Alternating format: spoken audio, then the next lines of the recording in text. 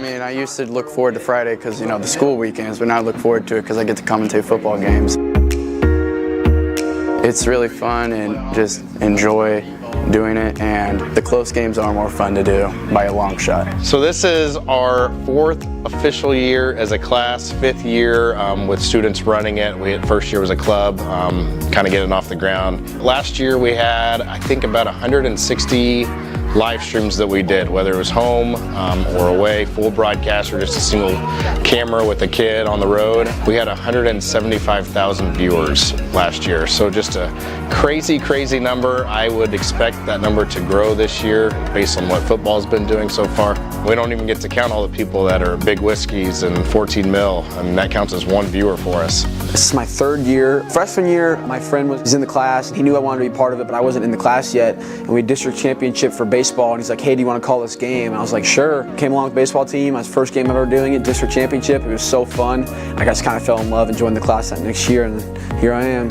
It's just kind of an adrenaline rush. The crowd, I feed off everyone's energy, and whenever you got a great partner like Brady and a great crew like Dalton as our director, Burns doing a great job producing, there's just so many great people around you. You feel comfortable and you're not scared for anything. So for football, I am the director, so that means I change the cameras, I tell everybody what they're supposed to be doing, where they go, I prepare like the schedule for the production. It's like Burns, and then there's me.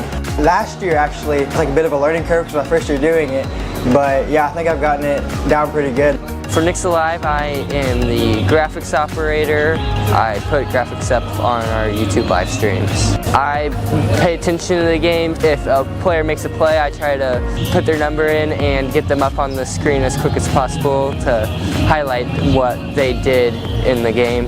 At the volleyball game, Nixa vs. Republic, I was running the camera. I've really done most of the things. I did graphics in the NIT a lot, I did replay.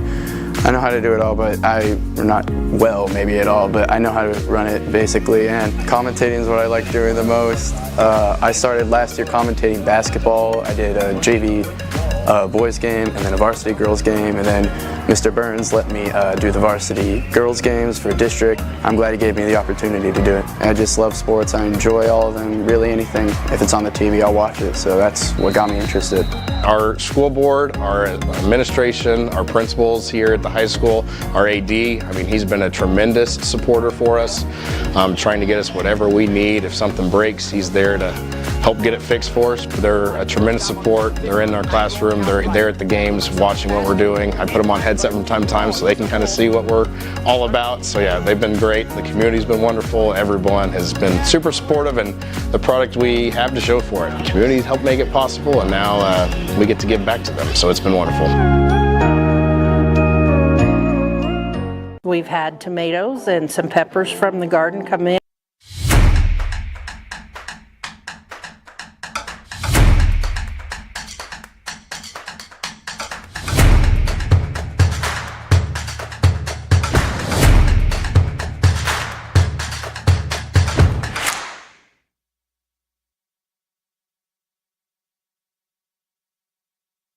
Hello everyone, welcome here. Week 5 pregame show. Nixa Eagles taking on the Lebanon Yellow Jacks. This pregame show is brought to you by Air Services, All Services. I'm Aiden Hopkins alongside my partner Brady Richard. We're in for a great one between these two great teams. Lebanon comes in this game 1-3, Nixa 4-0, but Lebanon's one of the best 1-3 teams you'll see across the state. They are a really talented team and football program that has a lot of tradition in there. We'll talk about that a little bit later, but first we're going to talk about that impressive win Nixa had on the road against Carthage.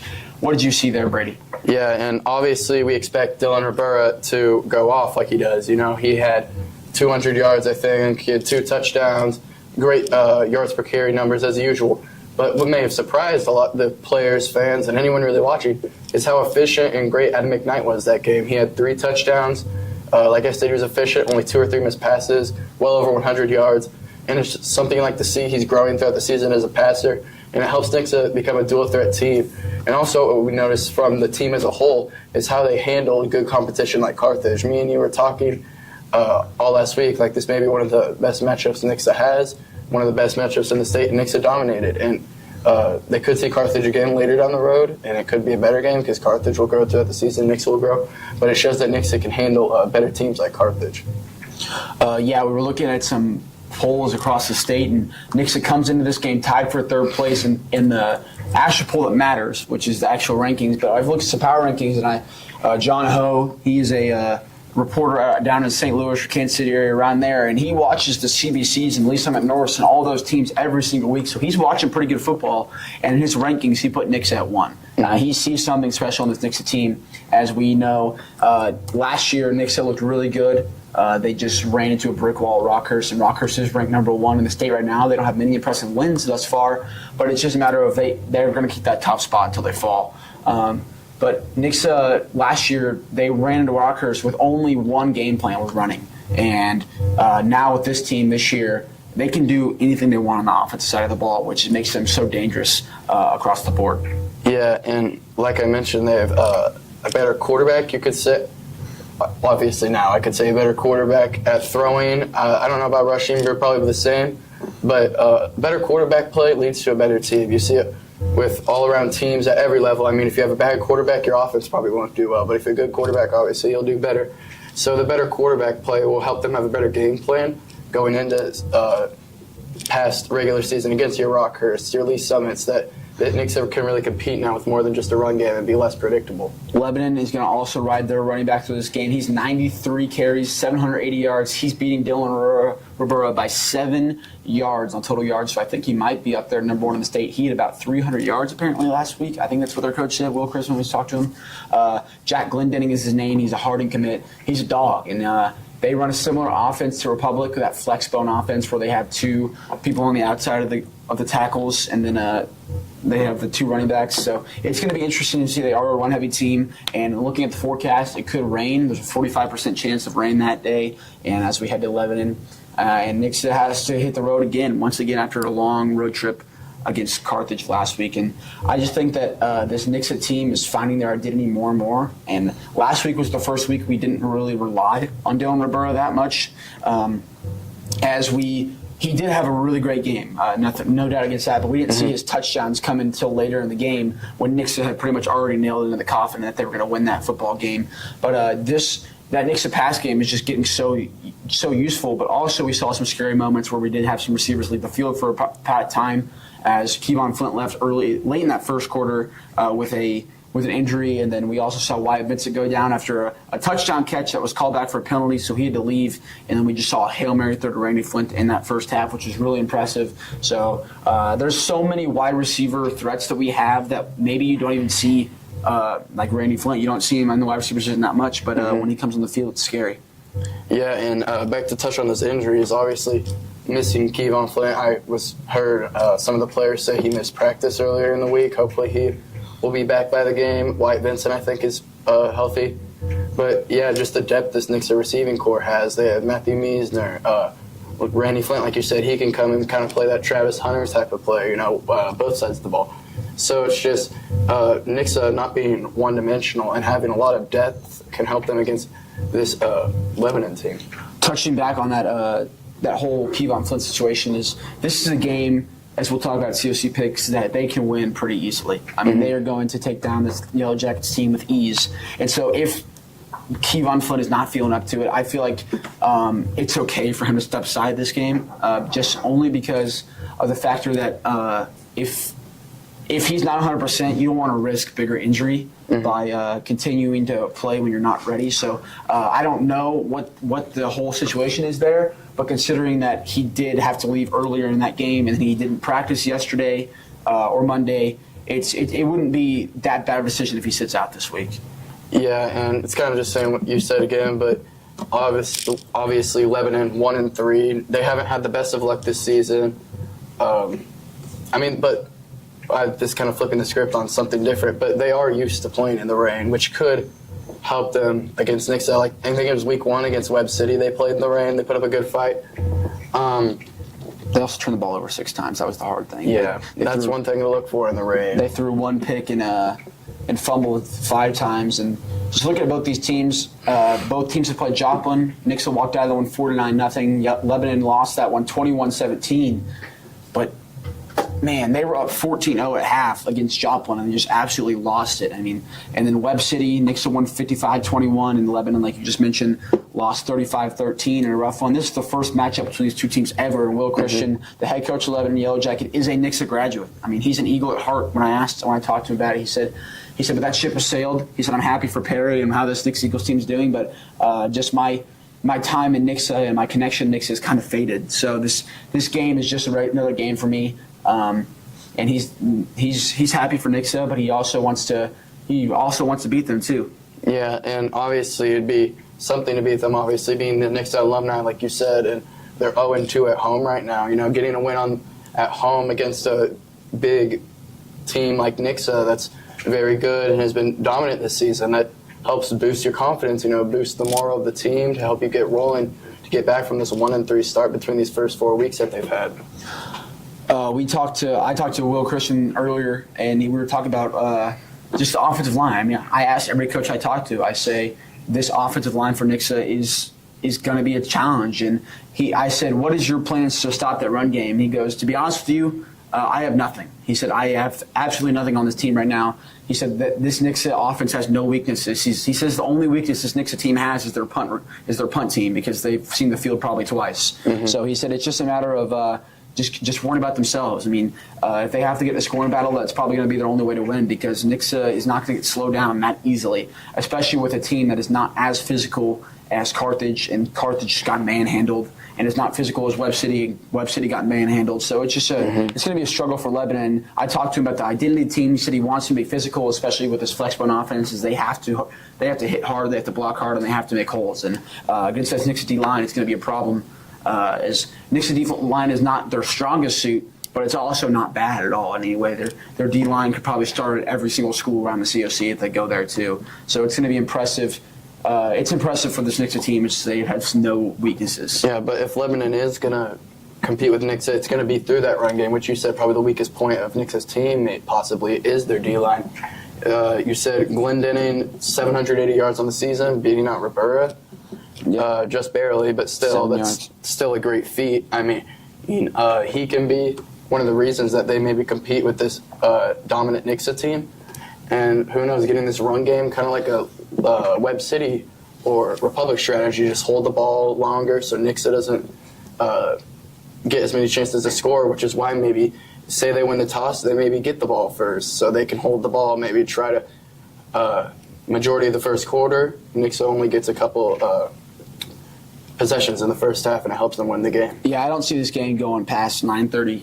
It's going to be a quick one, considering both teams are run heavy, and the clock's just going to continue to run. And I don't know if Lebanon's going to plan on holding the ball, but if they do, it's going to happen. Yeah, I think that even if they don't plan on it, the only way they wouldn't hold the ball is if they just pull the Nixa and just scoring really fast on breakaway plays. But they're not going to get breakaway plays and chunk plays against this Nixa defense. They're going to have to fight for every first down they're going to get. And like you talked about, Glendenning, he has 780 yards. He has 14 more carries than Rivera does. As Glendenning, he is 8.4 yards per carry, which is absolutely insane. It's almost first down, and then per carry. And then Dylan Rivera, he is 9.8 yards per carry, which is also very impressive.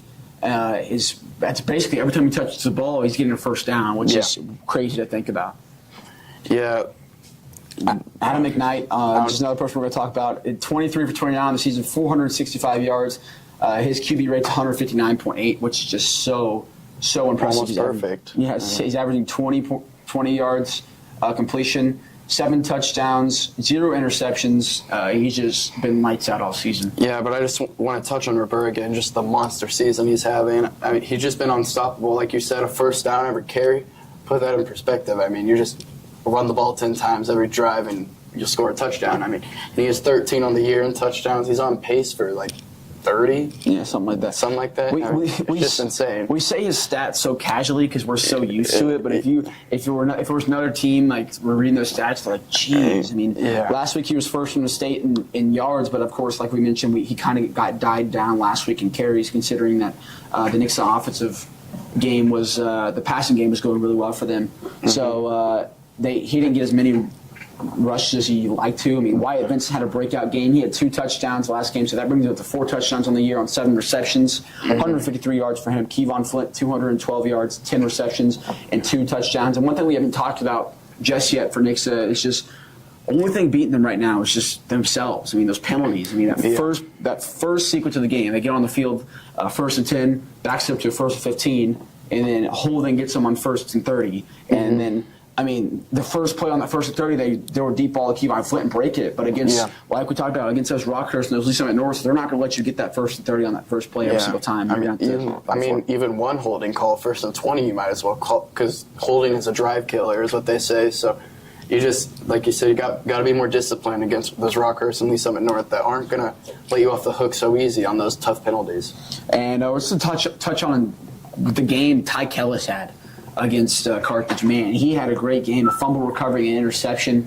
And this Nixa secondary is just continued to look good and good. As through the first 2 weeks, we said we don't really know how they look because we haven't seen anything. And then we saw Joplin, and they look good, and we got their first interception. And then Carthage, they get their first interception. Not Carthage. The Carthage get an interception, making them 2 interceptions a year. In the secondary, Randy Flint, the starting cornerback, he took a visit to Iowa State this weekend, which was very good for him. And McCoy Sullivan is still looking for offers, but he's been really great. And as we talked about during the game, is you don't hear the name Randy Flint and McCoy Sullivan often, but as a DB, that's a good thing. You don't want to hear their name too often, considering the fact that that just means they're doing their job. They're doing great job in coverage, and the receivers that they're guarding aren't getting that many looks. Yeah, and I touched on it during the game. Randy Flint, I mean, he's taken the best receiver out of the game. The one I can remember that had a really good receiver, Webb City, DeGraffenried Reed. I mean, he was, I think, 6'2". He was really quick. He could jump high and get high point balls. But Randy Flint completely took him out of the game. I don't think they threw it to him once, and if they did, it was an overthrow, I remember. So Randy Flint has that great coverage this season. McCoy Sullivan, like you said, he has a pick, and this Nixa secondary has really stepped up, especially Parker Mann on the linebacker safety role he's taken, getting the tackles and just being a field general. Yeah, one person to talk about is just Jacob Grimm, man. He was all over the place at Carthage. He was probably one of the best players in that game. Maybe not if the best player. He was so impressive. I mean, he didn't have any fumble recoveries, or he didn't have any interceptions or no touchdowns or anything like that. But I think he had 3 tackles for losses. And if you look at every replay, he just read the play perfectly. He hit the gap immediately, and he got in the backfield. He has 5 tackles for loss. That's a team-leading stat right there. He has 35 total tackles, but back to Parker Mann, he has 40 total tackles. He has 1 tackle for loss. He's averaging 10 tackles a game, which is just kind of crazy for Parker Mann. He's a really great player, and any college, just talk about all these seniors here, any colleges that pick up any of these Eagles, it's going to be a diamond in the rough for them. Next, we're going to just slide right into COC picks. It's going to be a good week around the COC. There's 3 mad games, and there's 3 really good games we can look forward to. First game, we're going to look at Carthage at Willard, and I'm going to keep the streak going of saying every team that plays Nixa, they're mad. I mean, Nixa just ripped them off the undefeated train, so there's only 2 teams left, which is Republic and, is Neosho and Nixa. Both of us are 19-5 going into this week COC pick-wise, and it's a battle. Last week, Willard let you down against Lebanon, and I stuck with the Lebanon train. But Carthage at Willard, I just don't think Willard has any chance to win this game. They're 2-2, but they've beaten 2 of the worst teams in the COC. And I think Carthage take this one with the East 49-7. Yeah, like you said, Willard let me down and lost to Lebanon, and Lebanon was 0-3, so I thought maybe Willard Sorry. I thought maybe Willard was going to keep their winning streak going, and they were positive record. Like I said, I was confident about them, but obviously they lost to Lebanon, who was not a strong team at that point. And now we're talking so high about Lebanon, and Carthage, I think, is better than Lebanon, and Nixa blew out Carthage. So if you just think about that, I think that Willard stands no chance against Carthage. I have them losing 42-14. Ozark at Waynesville. Ozark coming off probably one of the biggest wins of their program's history. They just beat Webb City.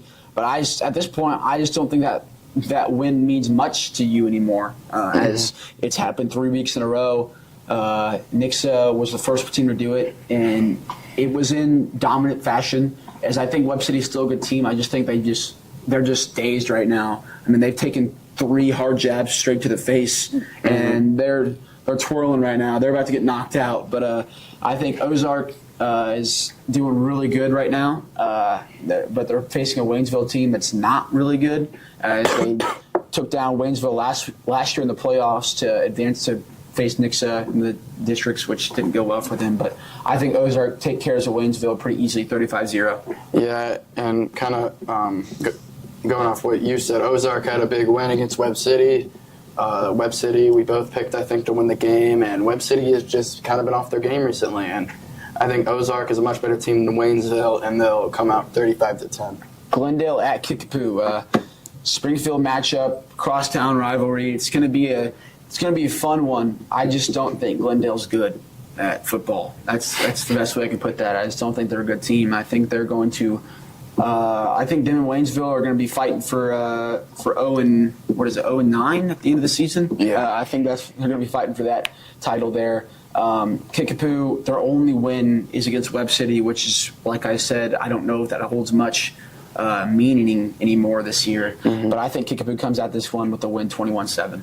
Yeah, I think it was earlier in the season, Glendale scoring 3 points in a game. I mean, like you said, I just don't think they're that great of a team, and they haven't succeeded so far in the new conference. Obviously, they joined for basketball and other sports. Those are where they are stronger, but I don't think they're stronger in football. I think Kickapoo is going to win 21-13. Republic at Joplin, both teams come to this one 3-1.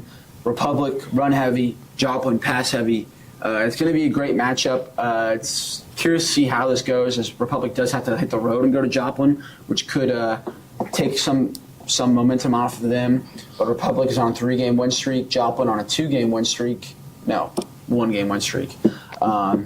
As both teams' losses have come from none other than Nixa Eagles. I just don't think. Actually, I do think Joplin can pull it off. I think that both teams are good enough to do it, but I think Republic is going to go to Joplin and take the win 28-24. I'm kind of going against you here. I think Joplin's going to win 31-28. I think Joplin, that pass heavy, I think they're going to figure it out. They're kind of sloppy against Nixa, but it was in the rain. They were away. Now they're back at home. Should be good conditions. I think they're going to have a great passing game against Republic, and they're going to win 31-28. Neosho at Webb City. Neosho is probably their first true test of the year, as Webb City is 1-3, like I mentioned, but Neosho 4-0, and I don't think it's happened in a long, long time for them. They have been struggling football program-wise for a long time, and this year they're rolling, and I think that they are going to continue to roll. I think they're going to beat Webb City 35-17, as Webb City's just kind of lost their touch this year. They might, and every year this happens. If this ever happens in COC play, I mean, just in Missouri in general, as regular season, to be honest, does not mean anything. Is every team makes the playoffs, and so you can be the worst team in regular season, but if you just snap right on when playoffs comes, that's all that matters. So Webb City is really, really good when it comes to playoff play, and they are really good scheming wise. But I think Neosho is going to continue to ride this Cinderella run they have. I think they're going to continue to be 5-0 after this game, and they're going to win 35-17. Yeah, you said it earlier. Webb City, they're twirling. They're about to get the knockout push, and I think Neosho's going to deliver it. I think they're going to win 24-21 in a close game. But like you said, Webb City's just kind of lost their magic that they've had. They have been very good this year, and I think that's going to continue this week, and they're going to get knocked off. Nixa at Lebanon. I just don't know how Lebanon could come out with this game with a win. It's going to be very, very hard. Nixa's going to have to turn the ball over, which doesn't happen much. Nixa's going to have to get Boyd around in the trenches, which, once again, doesn't happen much. And Lebanon's going to have to hold the ball, and they're going to have to fight for every single first down they get if they want a chance to win this game.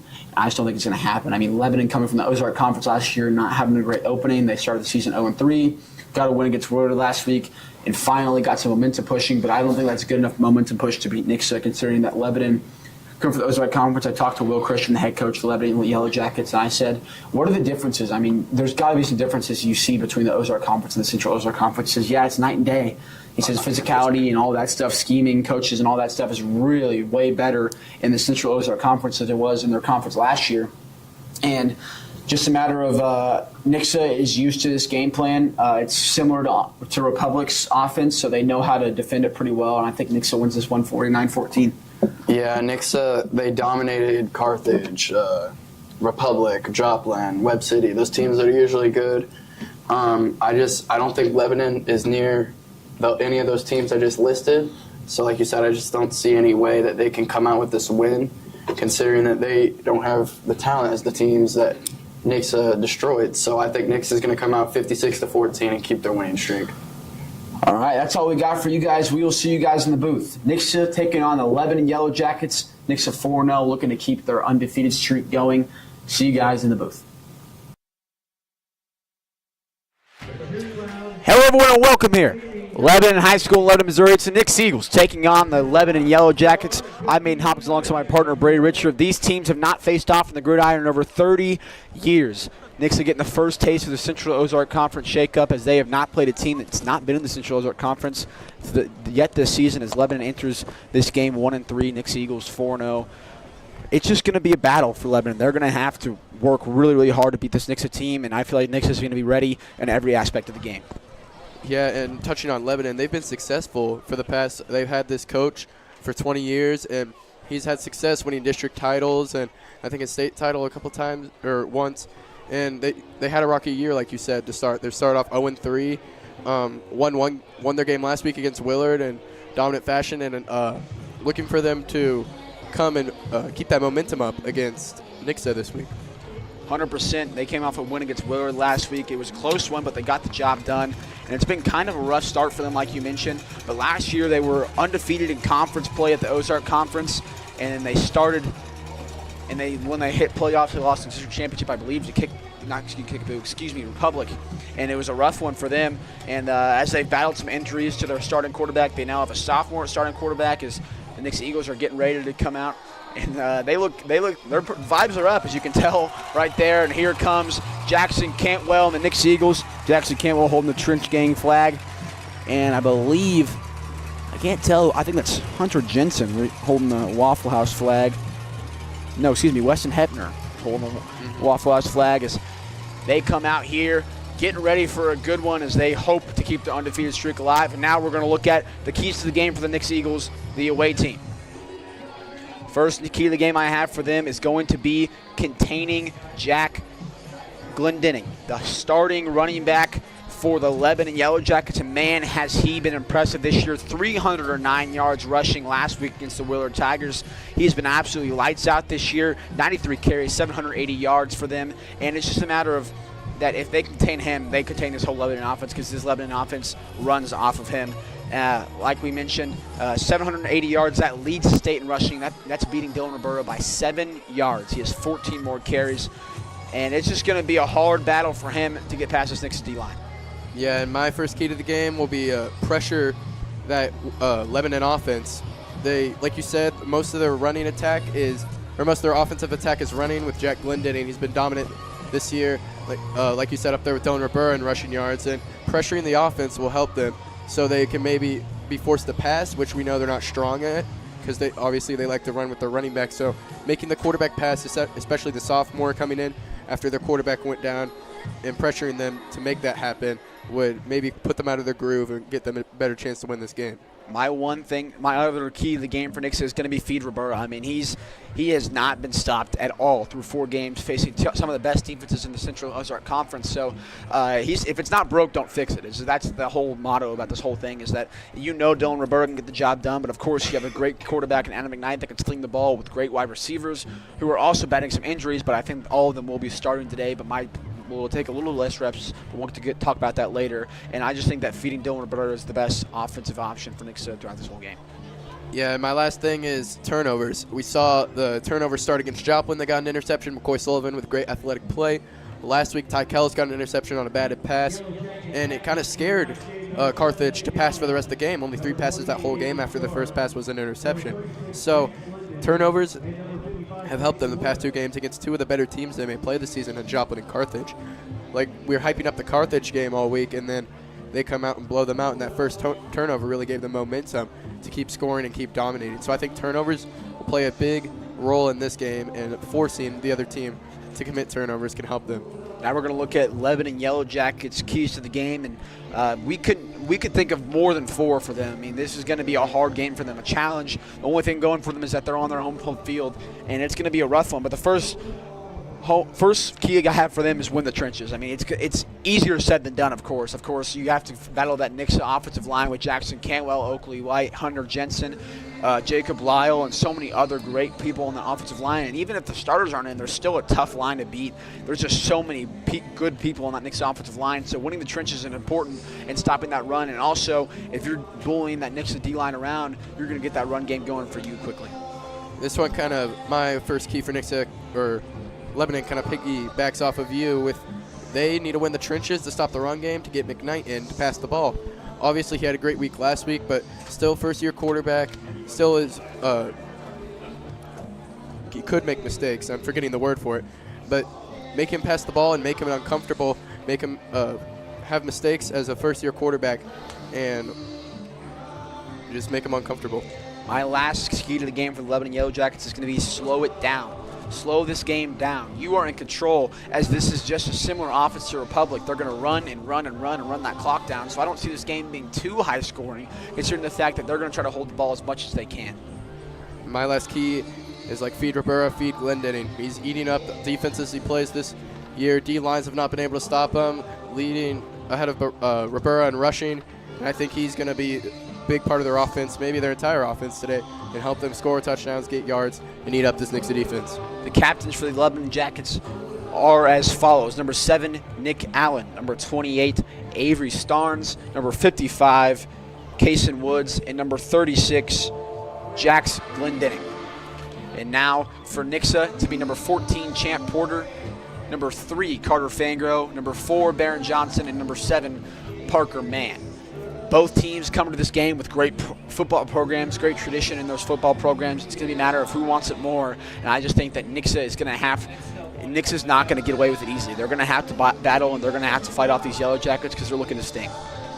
Yeah, and this Yellow Jackets team, we were talking about it pregame and just a couple minutes ago, their record does not display who they are. They're a gritty team. They want to play physical, obviously run heavy with Glendenning having so many yards, and it's going to be a matchup for Nixa, like Carthage was a test for them. Webb City, they've kind of fallen off the cliff this season, but they were a test the first half to Nixa, so we'll see how Lebanon plays them. I expect a game similar to Webb City.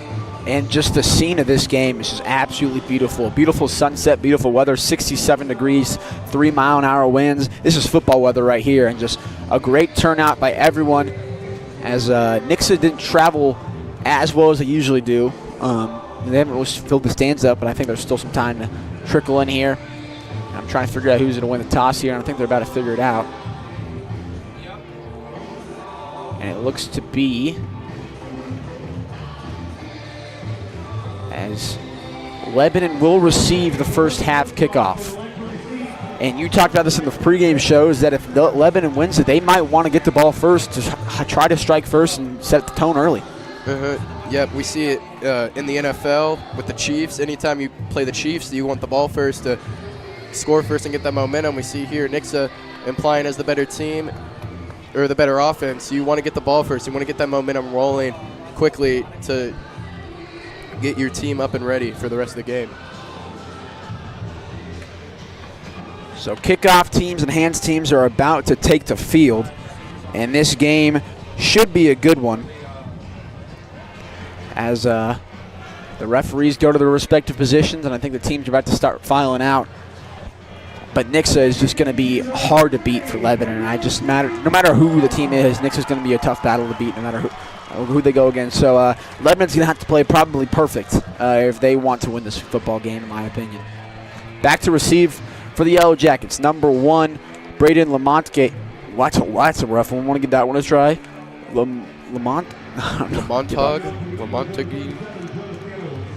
And then number 9, Cameron Rose.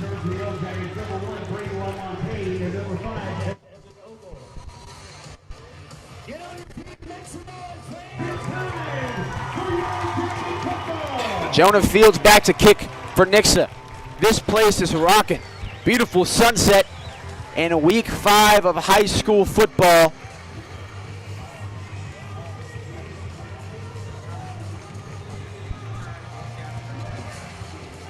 Starts now. That will go in for a touchback, and Lebanon will get the ball at the 20-yard line.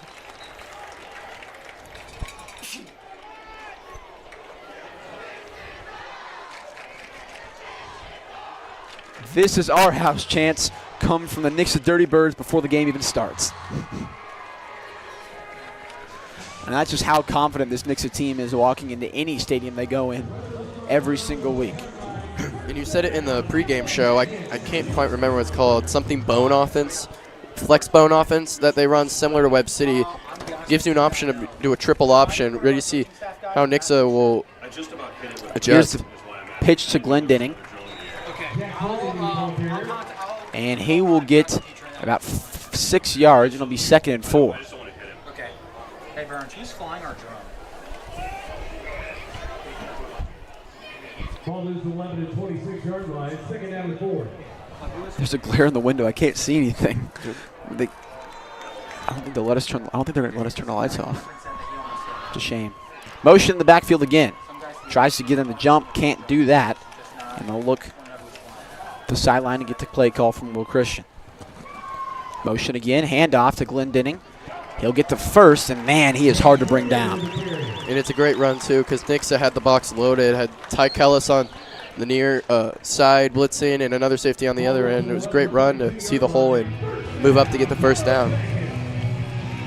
Subbing in for the Yellow Jackets is number 8, Beckett York, the quarterback. I don't know where he was at. I think he was actually just getting the play call there.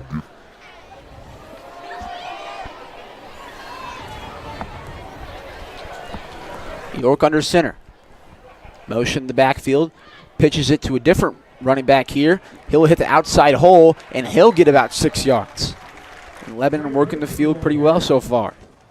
And so far, the trench battle that we were talking about, Lebanon has lived up to. They've gotten 2 great runs now and are rolling. This offense is doing what we wanted them to do if they wanted to win this game.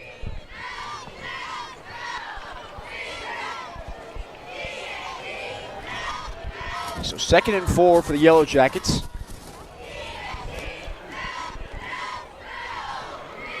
Handoff up the middle. And there will be another first down for the Yellow Jackets. This Nixa defense has got to find a way to stop this.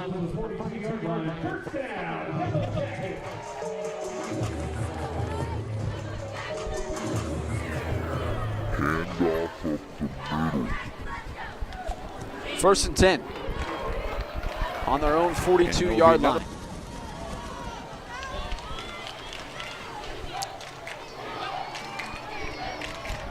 Tries to get him jump again, doesn't.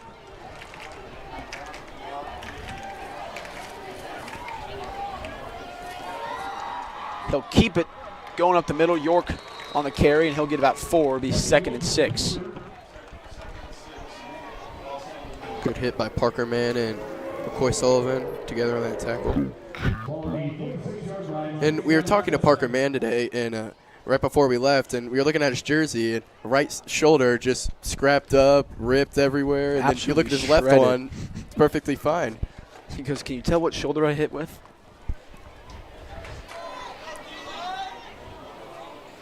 York hands it off up the middle.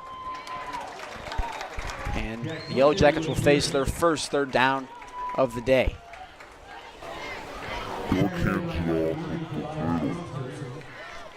Tobias Thompson credited with that tackle, and it'll be 3rd and short.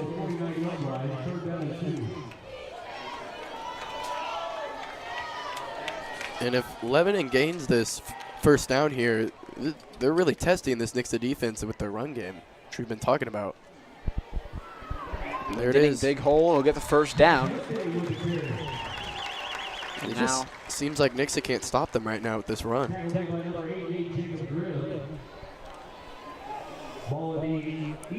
People usually say first drive is usually the best drive for offenses. So nothing to be too worried about just yet, but it would be nice to see Nixa get a stop here. Yeah, first drive's usually scripted.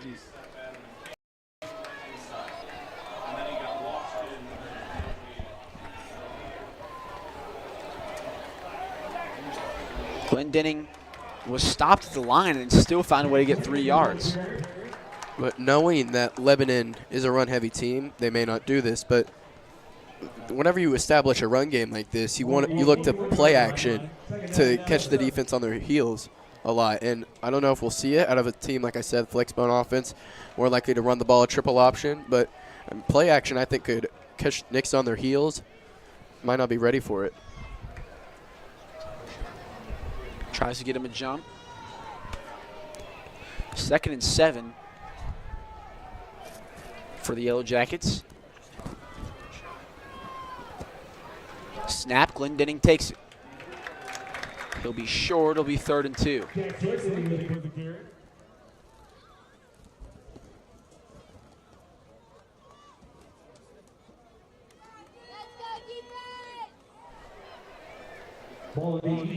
Glendenning already with 7 carries this game. Lebanon imposing their will on the run game.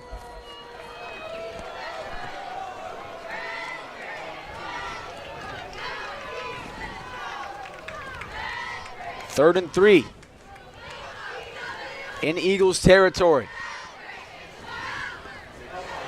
York kept it and he's brought down to the backfield. And that's a big momentum play that the Nixa Eagles needed. And now the Yellow Jackets face a 4th down. And that was a great play from the Nixa defense. Looking from up here, it just looked like they're in a standard Tampa 2, kind of 3 linebackers, 2 safeties, and corners defense. Only had 4 linemen rushing, but a great play by the linemen to get up there and stop him in the backfield. 4th and 6 for the Yellow Jackets. They're keeping the offense on the field. They need 6 yards here.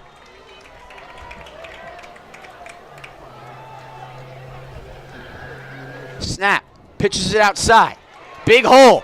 He got the first, and he's still trucking. He's down at the 29-yard line. That's a great burst from Glendenning. I mean, he caught the ball, stopped there for a second, looked for the hole, bulldozes Parker Mann, just bounces off the tackle. We don't see a lot, but he was not afraid. Goes right through him. Goes all the way for the first down. Great running from Glendenning. Beautiful drone shot. Look at that sunset. That's beautiful. Mm-hmm. I'm going to lose visuals soon.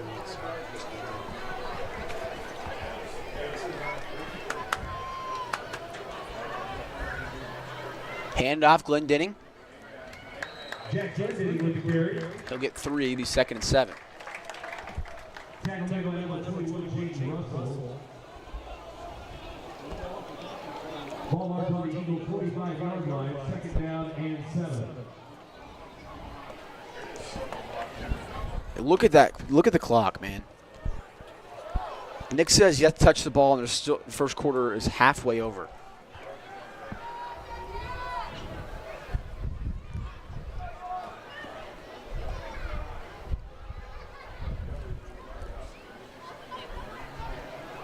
Glendenning. Jack Glendenning with the carry. 2 yards short, it'll be 3rd and 2. And Nixa's been in this 4-3 defense, the 4-down lineman this whole game, and just can't seem to stop the D line or the offensive line in Glendenning. Lebanon's yet to pass thus far. Like you said, if it ain't broke, don't fix it. Nixa can't find a stop right now. 3rd and 3. Tries the hard count again, can't get him. Snap, handoff Glendenning. They'll power forward for a first. And it'll be another first down for the Yellow Jackets. 8 minutes erased in the first quarter. This is where it matters that Nixa doesn't score too fast on the offensive side of the ball. Because they're gonna get the ball back here, whether they score or not, and it's gonna be hard. Because if they score quick, then they'll just run the clock right back down like they've been doing this drive.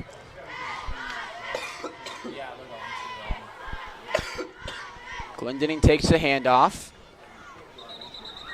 He'll get 3, he'll be 2nd and 7.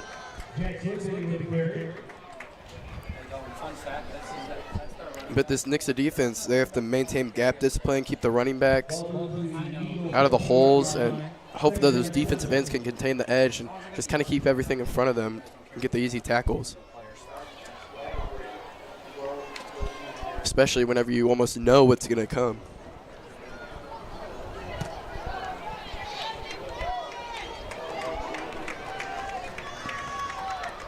Pitch outside. And that's a big stop there, and it sets up 3rd and 5.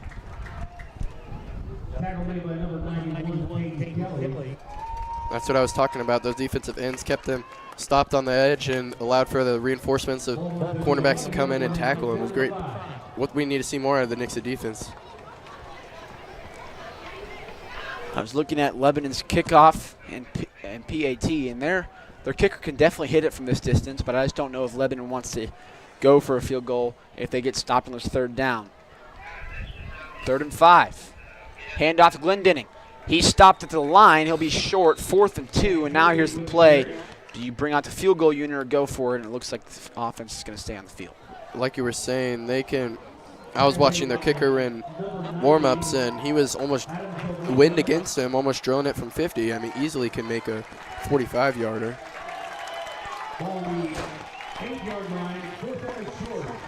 4th and 2. Tries again to get it and jump off sides, and it won't be successful.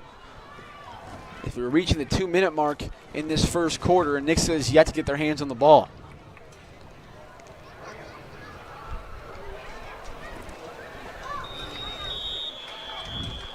So Lebanon lets the play clock wind down as much as possible and then calls a timeout. And now we're going to head to the sideline with DK Nelson. Count me down.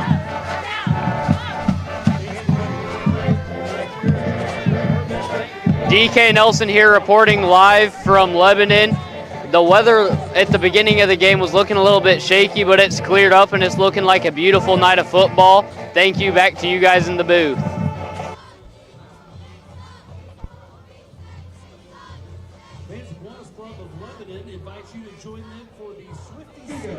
Thank you, DK. So we're 10 minutes and 5 seconds into this first quarter, and Nixa has yet to touch the ball offensively, and now here comes a big 4th down play. And I was talking to you while you guys were listening to DK, and I said maybe they called the timeout, run the clock down as much as they can before they get this field goal attempt, but it looks like I was wrong, and they're going to go for it on 4th down. We'll see how Nixa plays it. 4th and 3.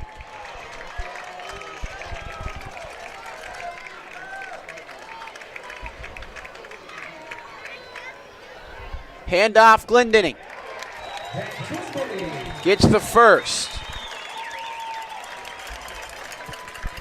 This interior Nixa defensive line just can't find a stop right now. Ball up on the Nixa 5-yard line. First down and goal.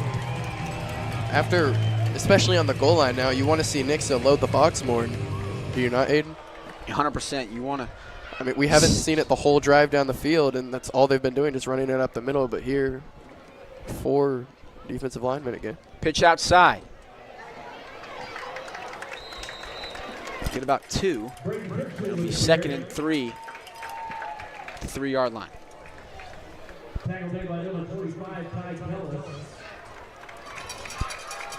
There's 4 set of bounds there, so the clock will stop. Excuse me, 2nd and 2.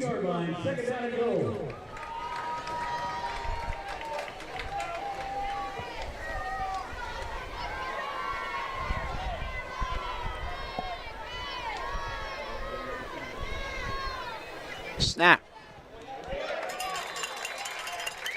Down at the 1. Touchdown. Yellow Jackets strike first, and they lead 6-0.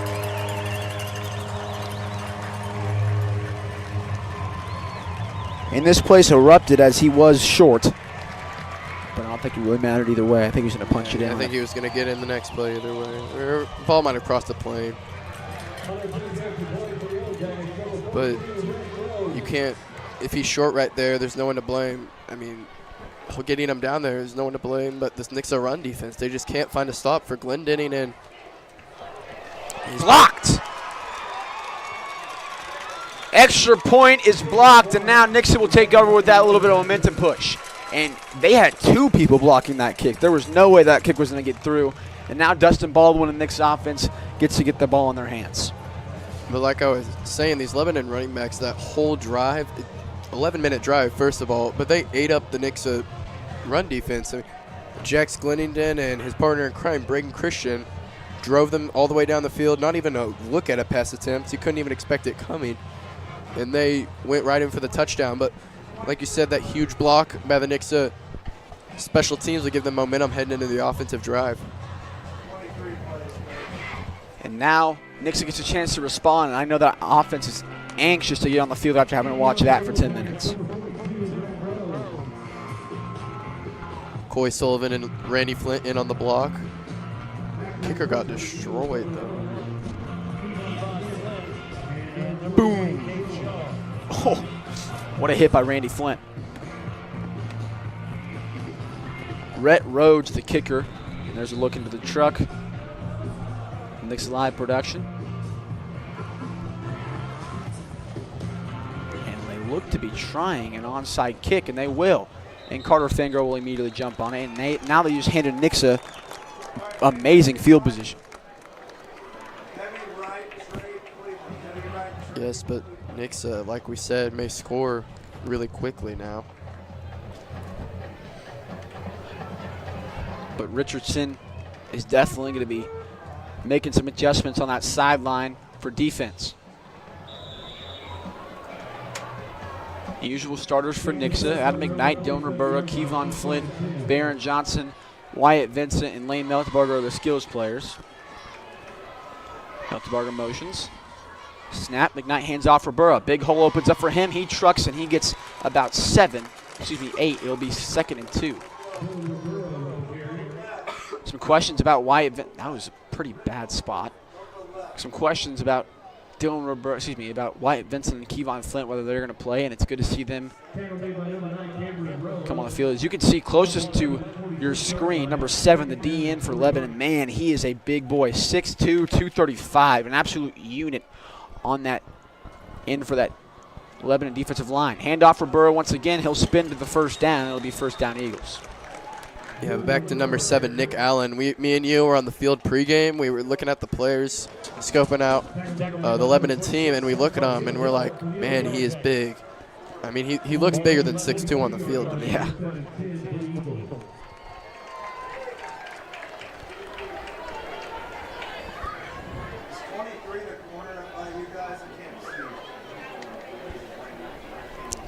Motion Meltbarger, snap to McKnight. Handoff for Burrow once again. He'll back out right.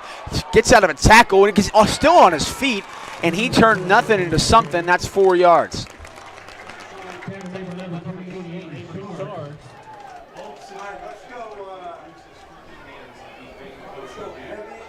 And that will end the first quarter.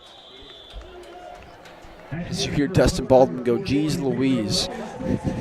Talking about how Lebanon took 10 minutes to score that first touchdown. But now, with this first quarter ending, that gives Richardson a little bit more time to talk to his defense, and it gives the Nixa offense a little bit of a breather.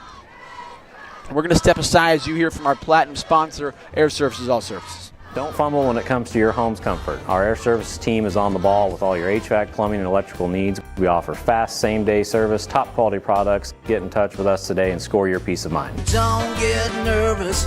Call Air Services today.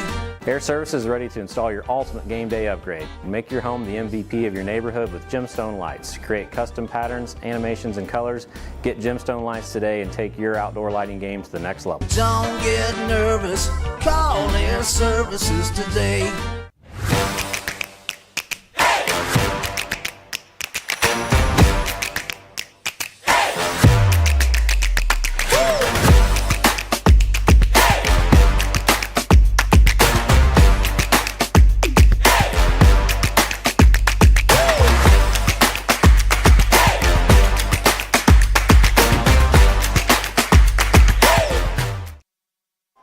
Welcome back here. Snap to McKnight. Handoff for Burra. He'll break out left. And he'll be down short. It'll be the first third down these Nixa Eagles will face. 3rd and 3. So far, Lebanon's game plan against Nixa is working. They got him on a 3rd down. And you want this Nixa offense off the field quickly, so they get the ball back. Repeat last drive. They just get the ball for the rest of the half. So Nixa, crucial conversion here. Flint motions. Handoff for Burra up the middle. He'll get the first.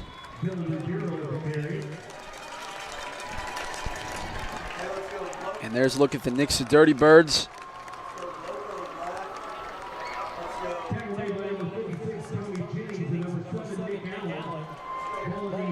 First down Eagles. Look at that first down run. Nixa has those stickers that they put for like the big plays or stuff like that. And Roberta's helmet's almost filled up 5 weeks into the season. Handoff for Burra up the middle. Big hole opens up. And he'll be down 4 yards short of the line to gain. It'll be 2nd and 4.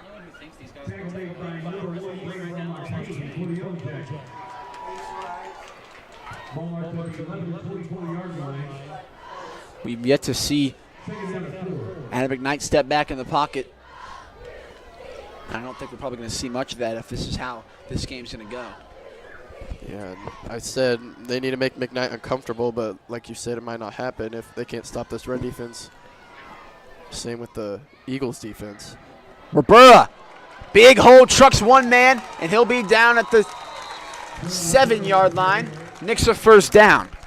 I don't know if it was just my angle, but I thought maybe he had a hole out right on the this near sideline. Could have cut back out there and gone for a touchdown, but cut back inside, and still a good gain though for Roberta. But this Nixa drive only 3 minutes long so far. Score here quick, and that might be bad news. As you see, what Brady was talking about, man, he just so hard to break down. Here's the snap again, Roberta, big hole. Looks like he'll be down 1 yard short of the touchdown. Jackson Cantwell just... Look at the size difference in the person he's blocking. Yeah, he just drove him maybe 15 yards away from the play. It's insane. I'm trying to find a number here.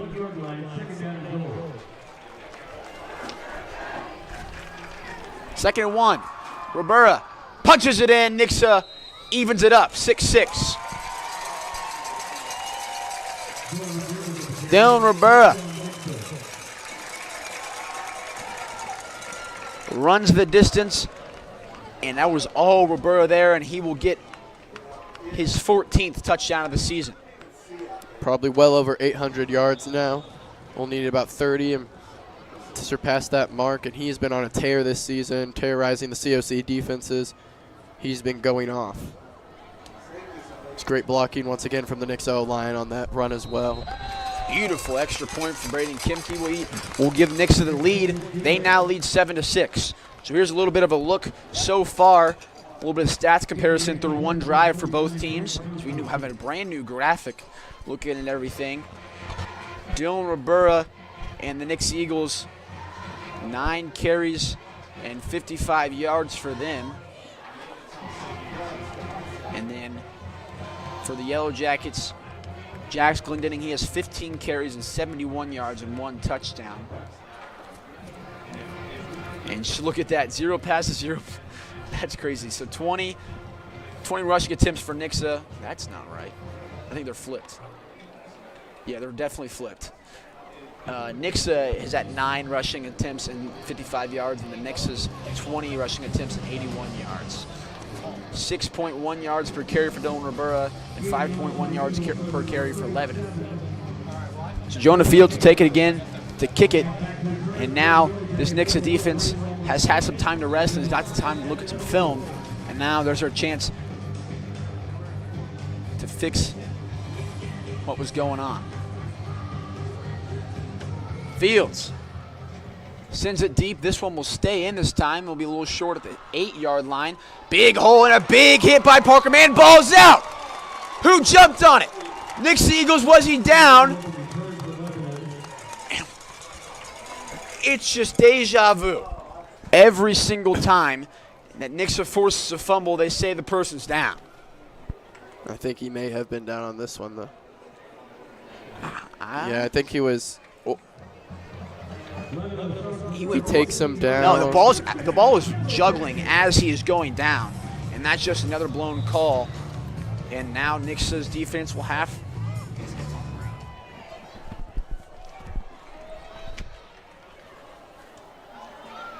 Pitches outside. Big hole. Glendening.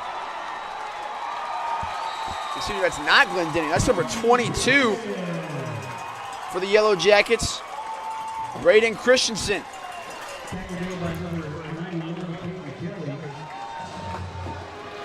And I was talking about the Nixa or the Lebanon flexbone, the triple option they can use. They use it right there to perfection. Fake the handoff, speed option out left. Quarterback decides to pitch it out to Christian, and he missed tackle by Randy Flint, allows a huge gain for the Eagles. 1st and 10 on their own 45. Handoff up the middle. Big hole opens up.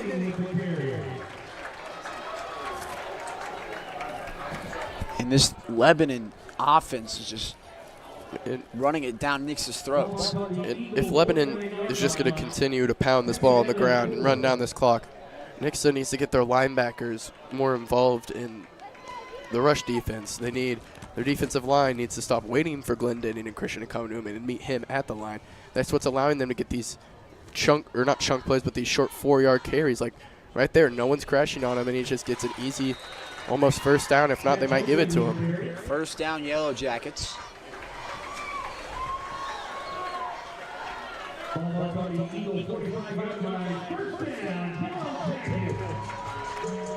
And I said this in the pregame show. I said Lebanon is one of the best 1-3 teams in the state.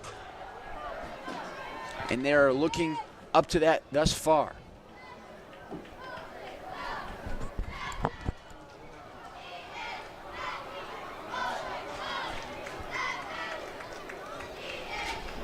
Handoff up the middle. Ball came out. Who jumped on it? Nixa football! Ball doesn't lie. Nixa Eagles get it back in their own territory. And I was watching Glendening on the handoff. He was looking around. He was like, where's this football? I was watching how far he got, and the football's on the ground. Nixa jumps right on it. I hear the coaches next to us scream, ball, ball, ball. And there, Nixa jumps on it immediately. Now McKnight leads the troops back out to play offense. And Nixa all of a sudden has the momentum shifting their way. And a bad handoff from York to Glendening as that causes that. Ribera, big run down at the 50-yard line. Going to be 2nd and 3.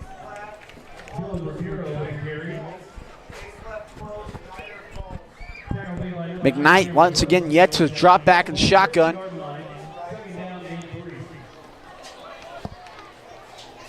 But now, this is a big moment here. McKnight, snap, keeps it himself, rolls out left. Has Vincent, gets him, 10, touchdown Eagles! 13-6. Eagles lead the Yellow Jackets. And that is a beautiful pass from McKnight. Beautiful. I just can't express enough. He's on the run out left, right-hand quarterback, so it's going to be a crossbody pass. He had all 3 receivers open. He had Flint over middle for about 10 yards. But he sees Vincent down the field. He beats his man. He is wide open. He had the step and a beautiful pass, crossbody.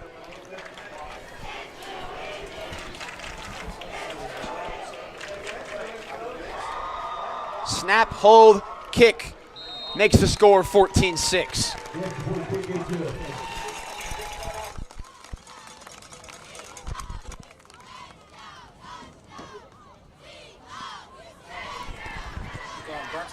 And now the Lebanon defense is starting to crumble, and now the offense needs to have a big drive here as there's 7 minutes left in this first half. So now Lebanon with the pressure on them. Nixa obviously kicked off, starting the game and seeing how long these Lebanon drives take. I wonder what this Lebanon offense, will they try to run more tempo offense or keep that slow game rolling like they've been doing?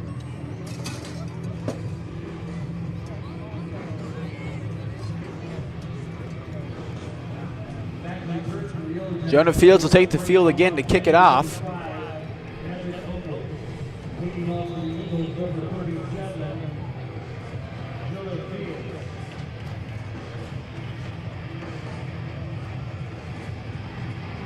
Here's the kick.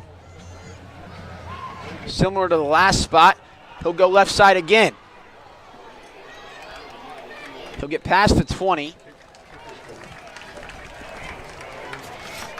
He'll be down at the 23. And now Lebanon will get the ball again after turning it over last time.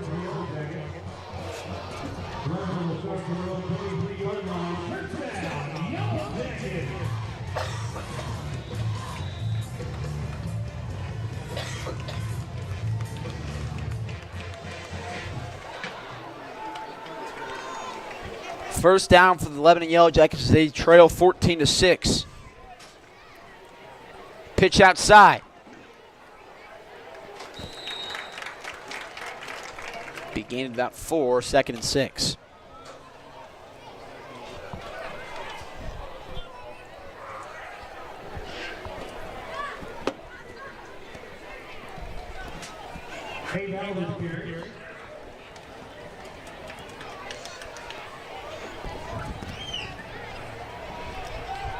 Up the middle. Stop short, and it'll be 3rd and 3.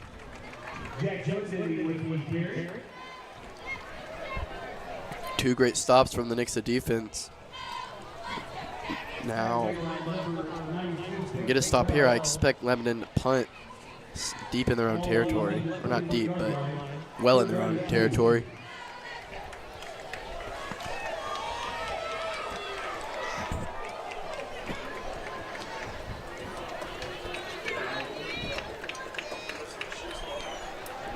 Glendenning had a big hole. He gets the first. And man, if Parker Man does not get there, I think Glendenning's in the black turf right now. Yeah, Nixa still has not found a stop to the run game, just destroying them. Like I said, Glendenning might be their whole offense this game, and so far him and Christian have done exactly that.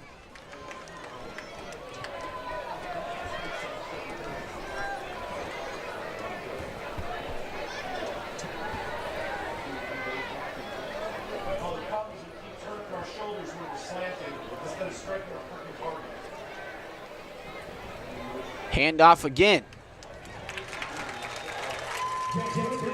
Denning is just continuing to run it down the Nixa defense throats. And it's hard to stop a run offense that has a running back like Glendenning. I mean, he's breaking tackles, just fights for the extra yard every time, averaging around definitely, I don't know the exact number, over 5 yards per carry, which is what you want to see a running back average, and he just can't be stopped right now. First down, Yellow Jackets at their own 46-yard line. Ball moves to the 46-yard line. First down.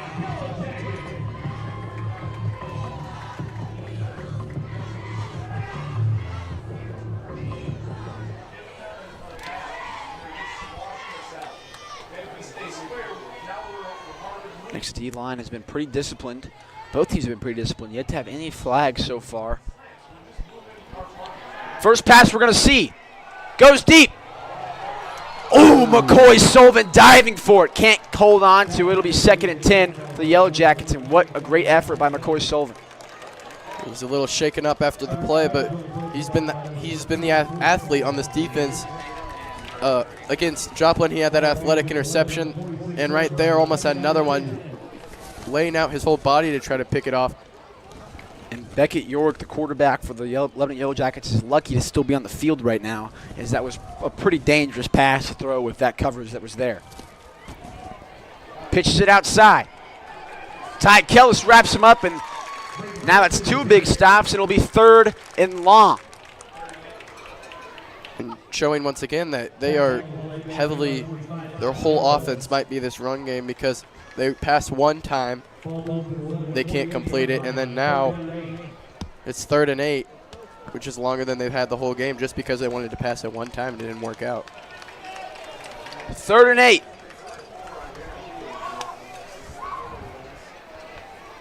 Can't get him a jump. Play clock down to 8.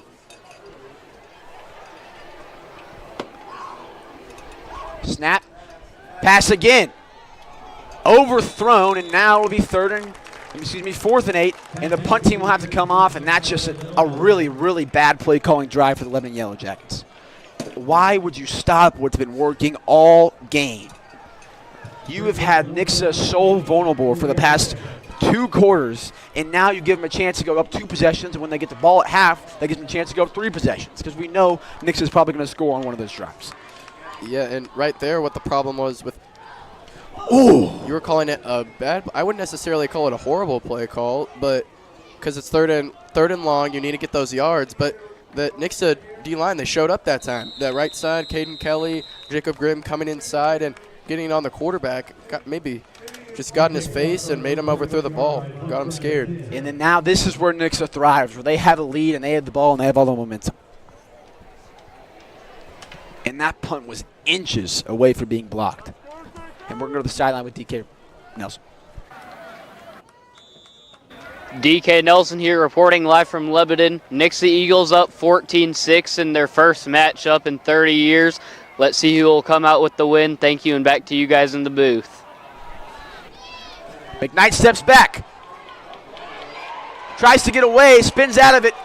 And that is the first, he's still on his feet, and that's the first sack we've seen all year for Nixa, and he had Wyatt Vincent. Wyatt Vincent, like you said, open downfield using his speed, but he got met in the backfield by Mason Hendricks, the senior defensive end, and had 3 more Yellow Jackets coming and trying to wrap him up. Almost got out of it, but play was called dead, and he was taken to the ground. 2nd and 14, the first sack allowed by this Nixa offensive line all year. It's crazy to think. Week 5. He'll step out again. Hits Kevon Flynn and he drops it. 3rd and 14. Rare drop from Kevon Flint. He's been McKnight's favorite target this season so far, go-to guy, but we've been seeing this 2 times now. I've realized this play action boot Nixa likes to run. They have a short wide receiver going maybe 5 yards out, and then Kevon Flint 10, and then Wyatt Vincent just somewhere down the field, maybe 20 or 30 yards. And it's worked so far right there. Kevon Flint open, but just has to hang on to it next time. 3rd and 14. We've seen this team convert on 1st and 20 before, so it's definitely not out of reach. Roberto will go out, and it will be just McKnight by himself. We're going to time out here as Dustin Baldwin's going to talk to the headset to Coach Perry and give him a play call and try to figure out what's going on. That's the first timeout used by the Nixa Eagles this far. And now this is a big, big pivotal play, as there's still lots of time for Lebanon to go down the field if they want to, if they get a stop here. But I think especially if Nixa puts this within probably 2 to 3 yards, they're definitely going to go for it on 4th down. Yeah, but if Nixa doesn't get those yards and decides to punt it, but only 3 minutes left, we know this Lebanon offense likes to run the ball and run the clock down. They used the timeout late in first quarter. Whenever they maybe couldn't get the play call through, something happened. But they used the timeout, only 2 timeouts, and with the run game and the passing game not working so well, it's going to be harder to score within a shorter amount of time. 3rd and 14 is coming up here. If you're just now joining us, I'm Ian Hopkins alongside my partner, Brady Richard, and now we're going to take this time to put a QR code on the screen to support these guys in the truck. The Nixa Live team, as you guys want to help us out, any money can help us. Businesses, this is a great chance for you guys to sponsor us, and we can get you as a sponsor. Any money helps. Buy us anything you can. We're just trying to make your experience at home way better. 3rd and 14, Adam McKnight. Dylan Roberto goes out. Steps back. All the time in the world. McKnight using his feet. no flag as we thought there was contact, but it will be 4th and 14, and the Nixa punt team will be forced to come out. And that's just a sad play from the Nixa offense. I mean, McKnight had a clean pocket maybe 5 seconds back there. He started rolling out left looking for anyone open, but hats off to these Nixa defensive backs in secondary. No one was open. We see on the replay they had him. He was open on the out right there for a second, but linebacker came over to help on the crossing route before McKnight could see it. And somebody from Nixa was down. And Adam McKnight slow to get up there, and he looks in pain on the sideline.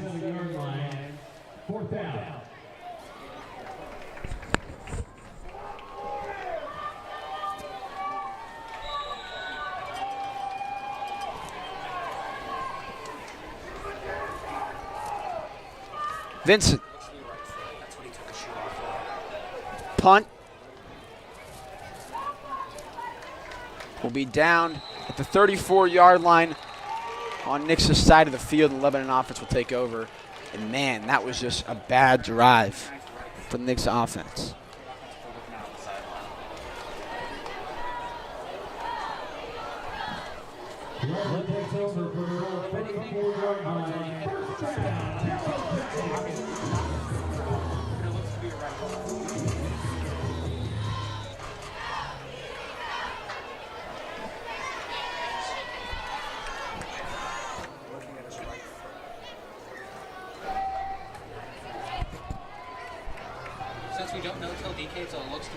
Handoff. Stopped at the line. It'll be 2nd and 10 for the Yellow Jackets. And the Yellow Jackets got to be smarter play calling on this drive. Scheme some wide receivers open, some plays you know they will get open on pass plays, because they can't just run this ball down with 2 minutes left, because that's just going to drain the clock and you won't go anywhere unless you get a big chunk play.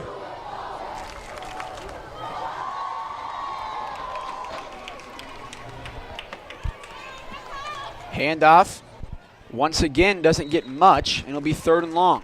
And now, if you're Nixa, you might think about using a timeout here.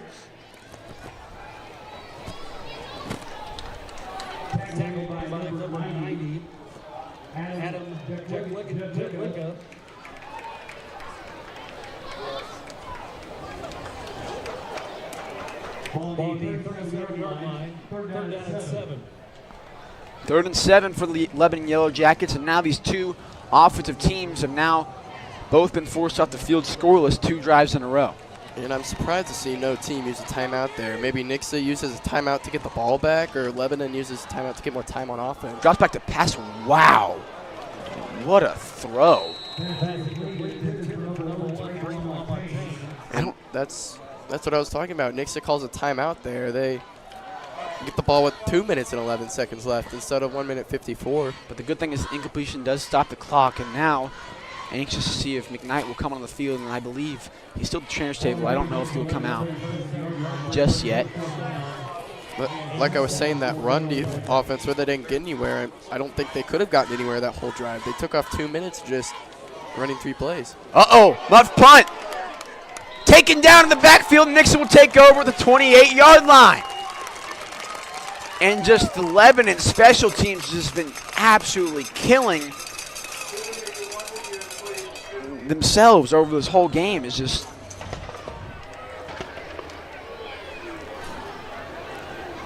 and Maddox Gibson will take the field at quarterback position for the Nixa Eagles. And it's scary to see McKnight out there. Hope he's okay, but let's not stretch on Maddox Gibson. He's had a great year so far, 100%. Passing when he gets his chances. That's a great backup running back to have as quarterback, but Rivera can take care of himself. He'll get 9 yards. It'll be 2nd and 1.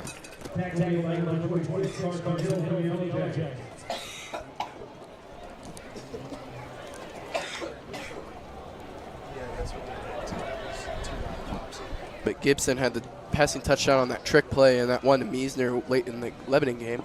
Rivera, big hole left side. He trips and falls at about the 8-yard line, and the clock winds down. And the clock, did the clock start that play? Because he stayed in bounds, didn't he? And the clock is still at 1:20. The ref is signaling that the clock ran. Surprised no timeouts from Lebanon. I still think they can run the field in that short amount of time. Rivera, big hole opens up in the middle. He'll be down at the 5-yard line. It'll be 2nd and 5. Oh, and Luke is on the field now. Good to see Adam McKnight back.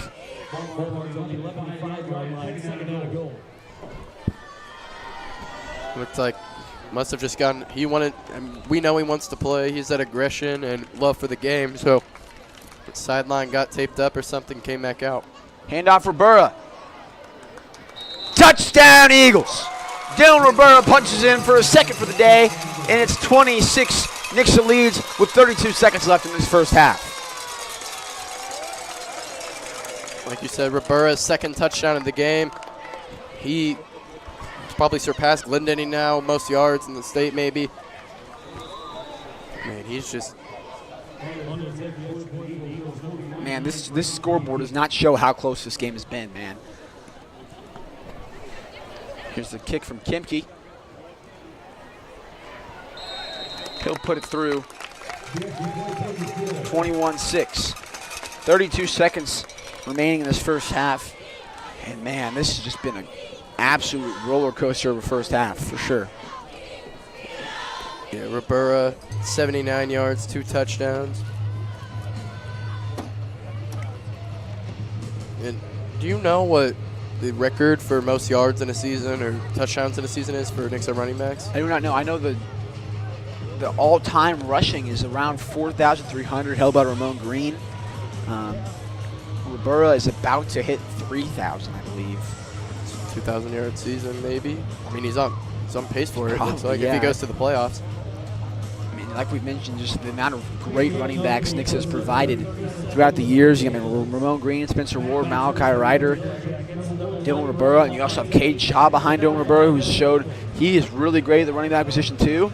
And so Nixa's definitely in good hands in that department. You also have Adam McKnight for 2 more years after this. Speaking of Adam McKnight, to ensure he is healthy, they keep him off this kickoff where he usually is on the team. Parker Mann, big hit. He'll be down at the 19. That's where Lebanon will get the ball at. And they have 28 seconds left, and I have a feeling they might just need this one out. Yeah. Lebanon has not had any success in the passing game. Had 2 overthrows. One nearly got picked off. Actually, 3 overthrows. All of them were overthrows. One just nearly got picked off. So.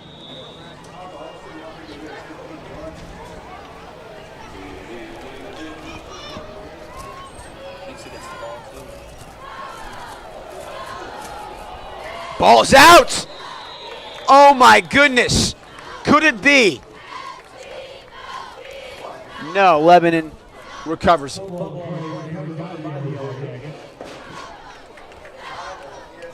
I think that crash was from upstairs, the Lebanon coaching staff, and I think that's how they're feeling after this so far. You just hear a big crash. I think you just got to, they're just going to let this clock run out. I mean, you guys are not doing well right now offensively, not synchronized, lots of miscommunications, lots of fumbles, and what has turned into a big momentum push for Lebanon is now turned into a we have got to get some momentum going as Nixa will receive the ball at halftime. You're going to hear from DK Nelson. He'll be with Coach Perry as he heads in the locker room. 21-6 is the score heading into the second half. We'll be right back.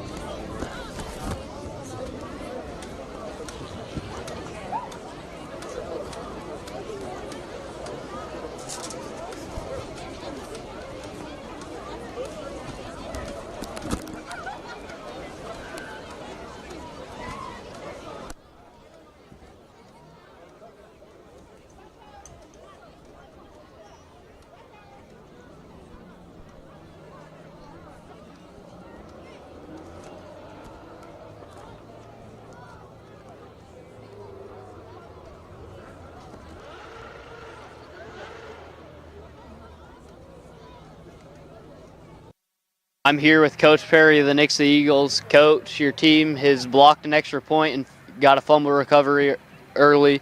What have you liked in this first half? Well, I didn't like the first drive, right? They had about a 23 or 24 play drive. Credit to them. Great job. Since then, we've been able to get a couple turnovers. We did block a PAT, like you said. We've been able to score. We had one bad series right there before half. The 4 minute at the end of the half. We should have been better right there, but then they gave it back to us and we got it back anyway. So proud of our guys for playing hard. What can we expect from you guys out of the locker room? Well, hopefully we'll receive the kickoff. So we need to go down and score. And I think, that first drive after half is extremely important. So if we can get that, go up 3 scores, that'll be beneficial for us. Thank you, and good luck through the rest of the game. Thank you.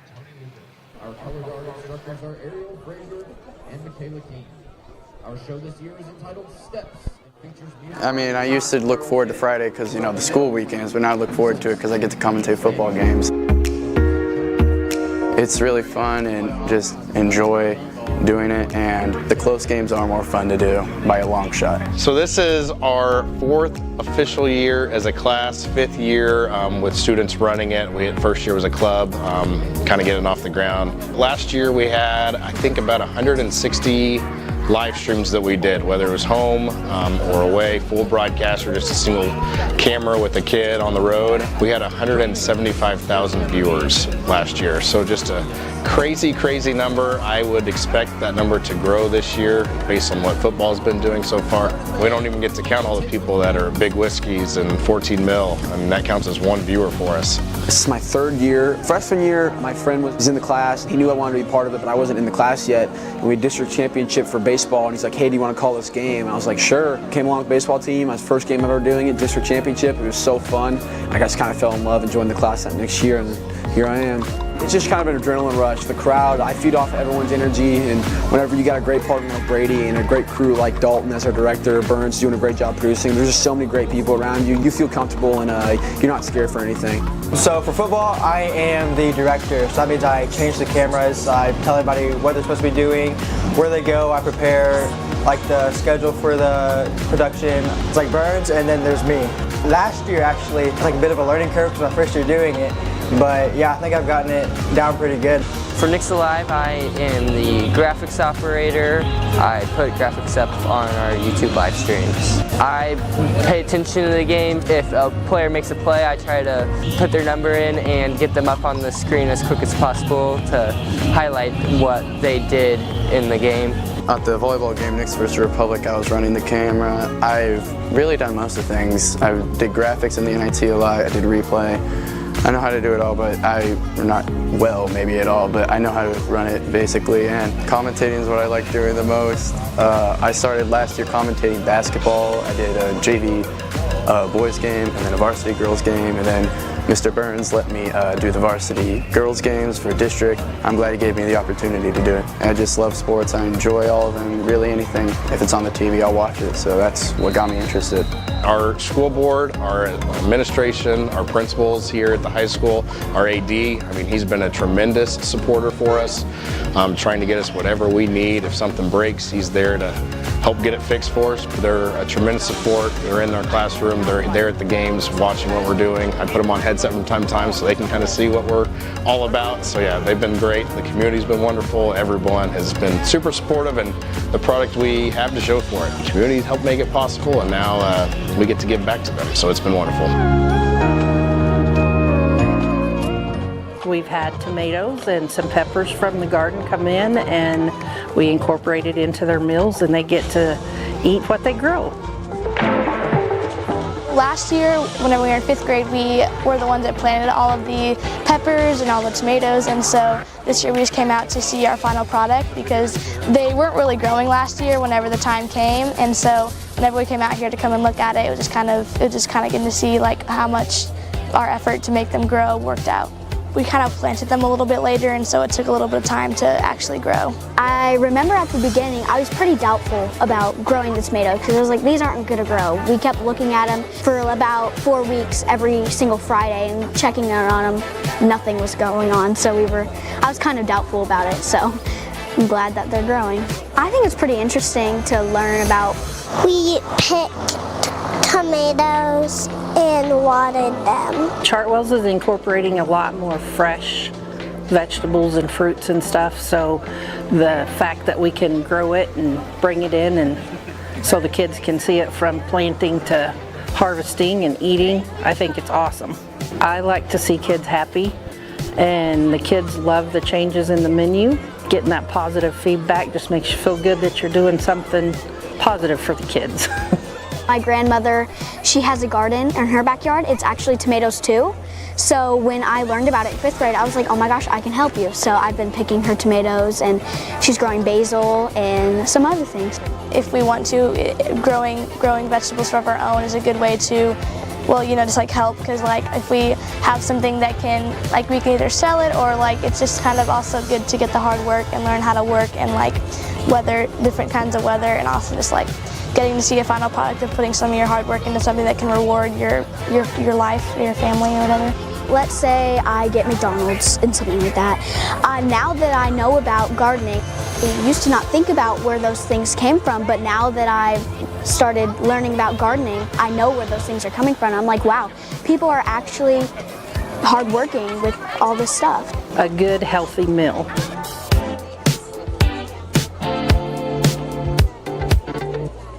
It just kind of gives them that real world application, and yeah, it's been good.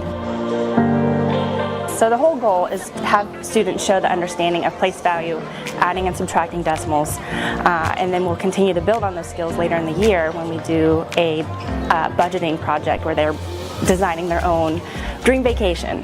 And so what's exciting for us to see is not only are they using math in real world situations, but just the excitement that they get for doing math, but then also you get them to see that awareness of money and expenses, which then leads into this appreciation for, you know, how much mom and dad spend. So that's kind of an added bonus for us to see that grow through this type of lesson. I did a milkshake, fries, a single steak burger, and onion fries. So basically we're just adding up numbers and change, and then we're getting the total. I love math, so yeah, I love numbers. We're steak and shake workers. She ordered a cheesy burger, cookies and cream shake, and cheesy fries. It turned out to be $9.76. I think it's just recognizing, oh, I have to do something with, you know, these numbers have a value, they mean something, and if we're off on that decimal, then we're off, you know, by a lot sometimes. So again, getting them to recognize that place value matters, and you know, you don't want to be overcharged, and you don't want to, you know, you want to get the right change back. Seeing that excitement and that engagement from the get-go, and they start realizing that money matters and numbers matter, and you use it all the time. It's one of the fun things to see about this is that they can start seeing math all around them in their everyday life, and the things that we're learning in the classroom can transfer at home. So it's been fun.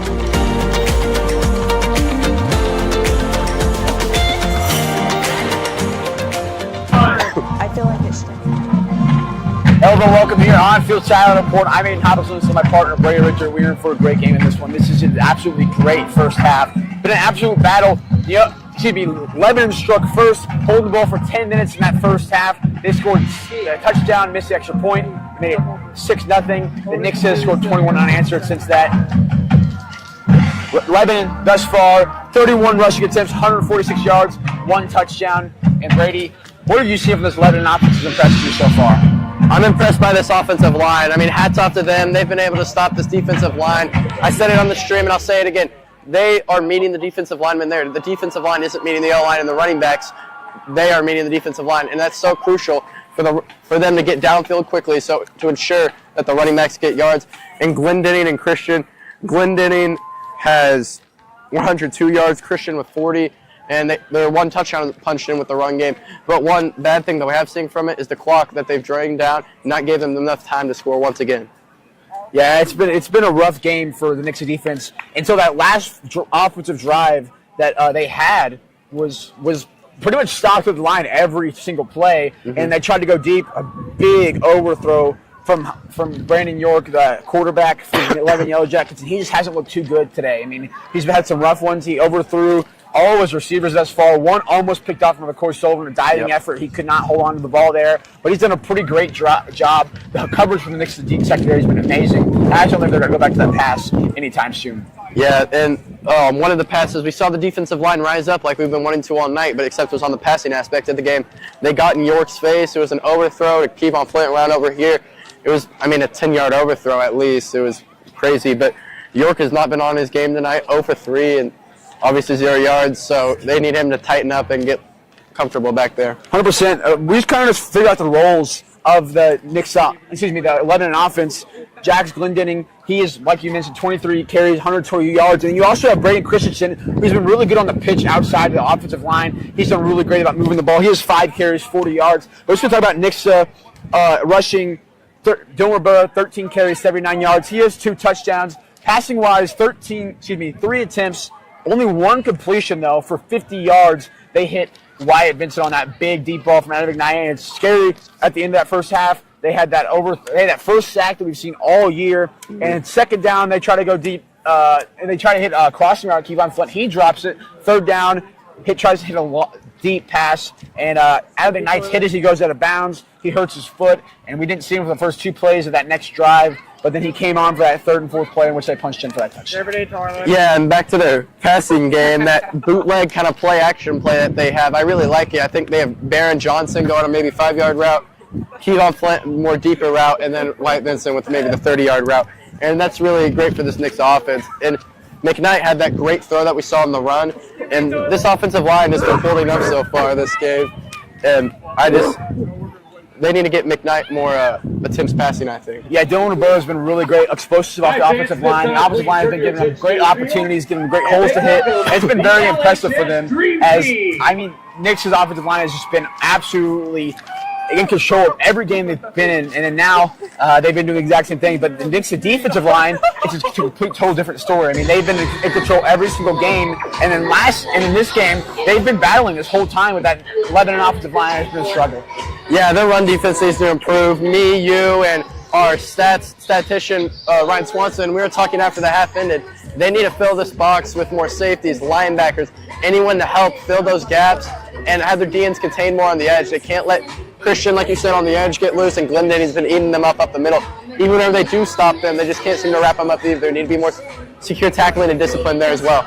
Yeah, Glendenning, he's a short guy, but he's tough. He's just like Dylan Rivera, just that same similar build. two really small people, height-wise, but they've hit the weight room, and you can tell. Yeah. And it's just a matter of the fact that, like you mentioned, stacking the box, but it also opens up the pass game for Lebanon, which they haven't been impressive so far in it. But if they want some one-on-one coverage, they might get a busted coverage and get a big play passing-wise. So that's the only thing I think Rob Richardson, the defensive coordinator for Nixa Eagles, is scared about stacking that box. And I mentioned it a little bit. I think it was the first quarter. This run game, you establish it early. You can run play action more in the passing game to kind of catch the defense on guard on their heels where they're not ready for it.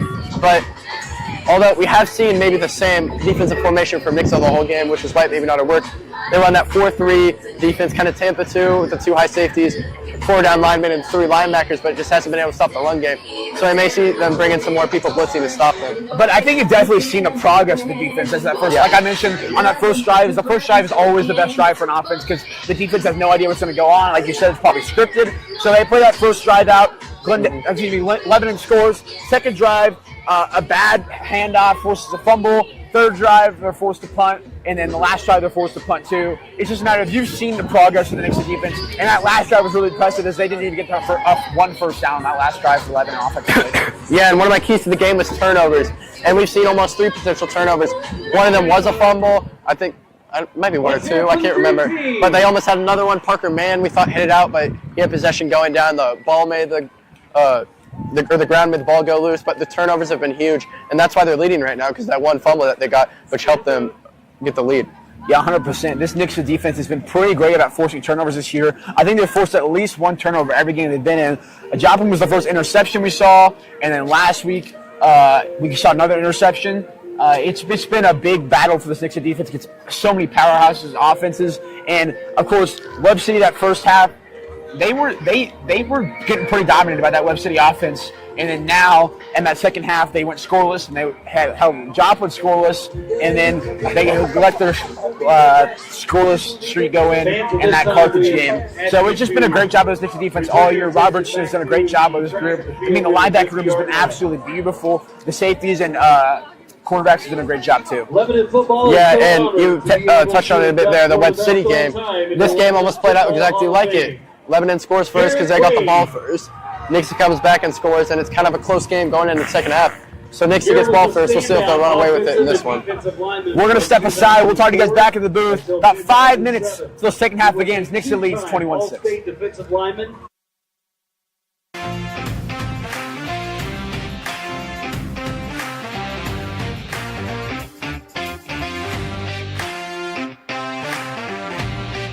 I mean, I used to look forward to Friday because, the school weekends, but now I look forward to it because I get to commentate football games. It's really rewarding. You get to be able to feed so many people in such a short amount of time. And it really just makes such a big difference, and it makes you feel so good about what you're doing and packing all of these meals for people who are less fortunate, and you may not even realize how bad they have it.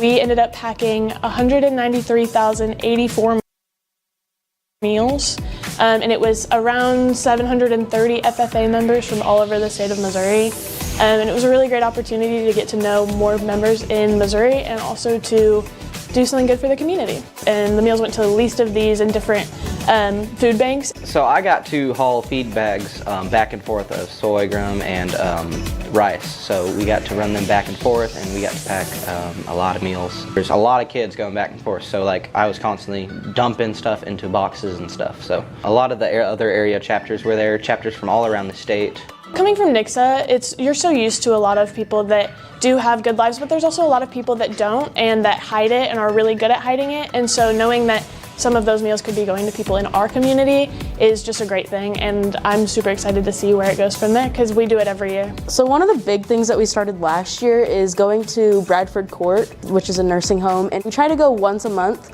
and we have activities with the residents, and we get to build relationships with them and talk to them about their lives and things that they've got to experience, and it's just a really great opportunity. It is very rewarding, and my grandparents, most of them live in Kansas City, so it's nice to have that connection because I don't get to see them a lot. But these people, they want you to come back, they recognize you, they're happy when they see you, and just to be there for them. Some of them don't have that family that comes and visits them. You make them feel special, and you can tell that you're making a difference in their life. I came into high school not really knowing my place, and I joined FFA and I found it. I'm very involved and it takes up most of my free time.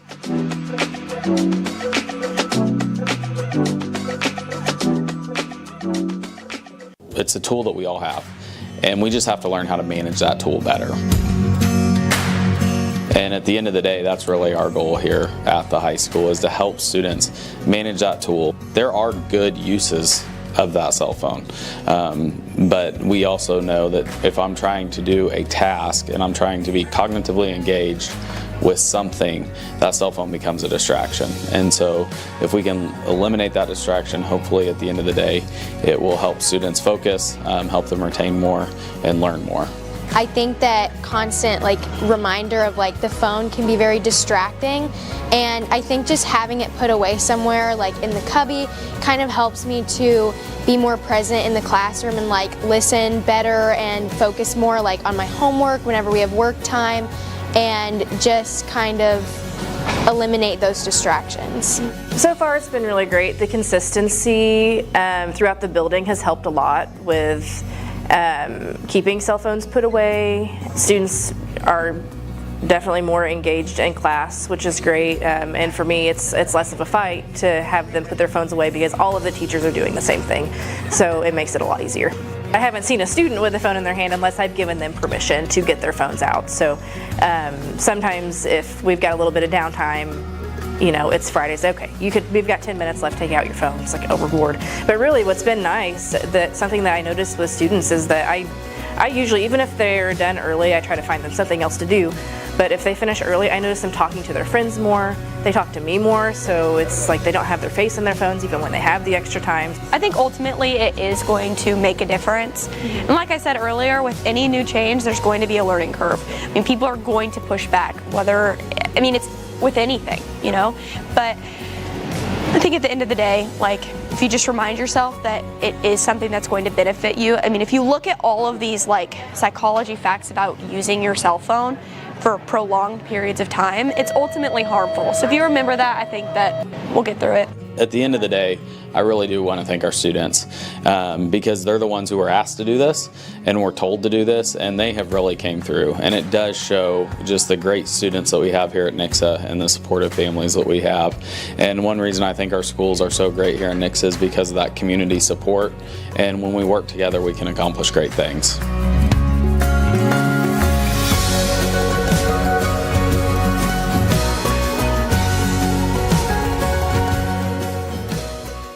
I used to look forward to Friday because, the school weekends, but now I look forward to it because I get to commentate football games.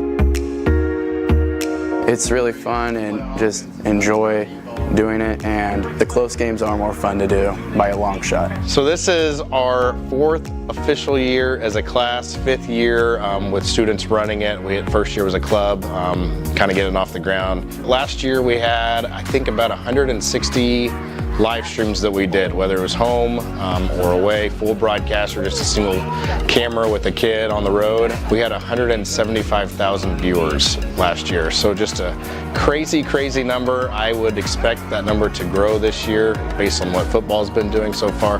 We don't even get to count all the people that are Big Whiskeys and 14 mil, and that counts as one viewer for us. This is my 3rd year. Freshman year, my friend was in the class, and he knew I wanted to be part of it, but I wasn't in the class yet, and we had district championship for baseball, and he's like, hey, do you want to call this game? And I was like, sure. Came along with the baseball team. My first game ever doing it, district championship. It was so fun. I just kind of fell in love and joined the class that next year, and here I am. It's just kind of an adrenaline rush. The crowd, I feed off everyone's energy, and whenever you got a great partner like Brady and a great crew like Dalton as our director, Burns doing a great job producing, there's just so many great people around you. You feel comfortable and you're not scared for anything. So for football, I am the director, so that means I change the cameras, I tell everybody what they're supposed to be doing, where they go, I prepare the schedule for the production. It's Burns, and then there's me. Last year actually, it's a bit of a learning curve because my first year doing it, but yeah, I think I've gotten it down pretty good. For Nixa Live, I am the graphics operator. I put graphics up on our YouTube live streams. I pay attention to the game. If a player makes a play, I try to put their number in and get them up on the screen as quick as possible to highlight what they did in the game. At the volleyball game, Nixa vs. Republic, I was running the camera. I've really done most of the things. I did graphics in the NIT a lot. I did replay. I know how to do it all, but not well, maybe at all, but I know how to run it basically, and commentating is what I like doing the most. I started last year commentating basketball. I did a JV boys game and then a varsity girls game, and then Mr. Burns let me do the varsity girls games for district. I'm glad he gave me the opportunity to do it. I just love sports. I enjoy all of them, really anything. If it's on the TV, I'll watch it, so that's what got me interested. Our school board, our administration, our principals here at the high school, our AD, I mean, he's been a tremendous supporter for us, trying to get us whatever we need. If something breaks, he's there to help get it fixed for us. They're a tremendous support. They're in our classroom. They're there at the games watching what we're doing. I put them on headset from time to time so they can kind of see what we're all about. So yeah, they've been great. The community's been wonderful. Everyone has been super supportive, and the product we have to show for it. The community helped make it possible, and now we get to give back to them. So it's been wonderful. Welcome back here. 21-6 is the score. Nixa leads Lebanon. And we're looking for an onside kick here. And it went out of bounds. Lebanon had a great kick there. But Nixa will get the ball, and now will there not be an illegal kick out of bounds, or no? I don't think either way, except it's at the 45. So ball will be placed at the 45-yard line. 0 flags in that first half, which is pretty impressive. And it's been great for Nixa, considering that's been probably their biggest weakness all year. And Dylan Rivera, and a big night, Wyatt Vincent, Baron Johnson, and Kevon Flynn take the field for Nixa offense. Yeah, and right there, I love the onside kick call. It's either you get the ball in good field position or you give Nixa good field position, hoping that they score fast, maybe. So I love the play call right there, onside kick. Earl will get the handoff. He'll go 3 yards. It'll be 2nd and 7. Lebanon got the scoring started off in that first half. They scored first, and they missed the extra point. They had 6-0. Nixa responded with 21 unanswered. The turnovers have been the big key factor for Lebanon, and their inability to throw the ball as well.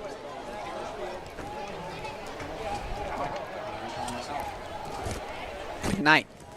Hands off for Burra. Burra has a big hole outside.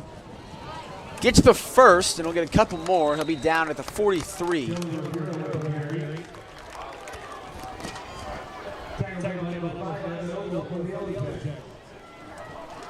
think the student section has already shrunk, so I don't know if people hit the road already or. I'm not sure. McKnight steps back, comeback route for Vincent. Vincent will get the first. He'll get a gain of 12. He'll be down at the 32. And I love that play call right there. McKnight, like we were talking about, coming off the injury. And right there, it's just a quick pass to make sure he doesn't get hit. He gets his confidence back after being out a bit, not getting to pass the ball. And I just love that play call.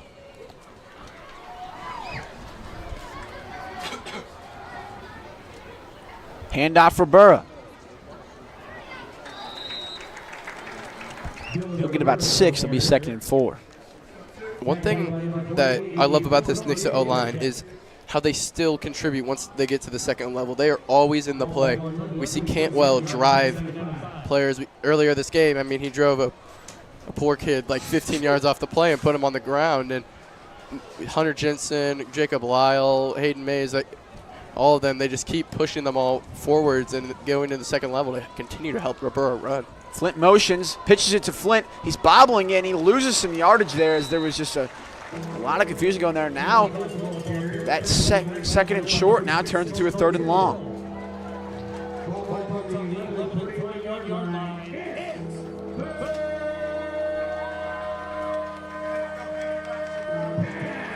Third and 9.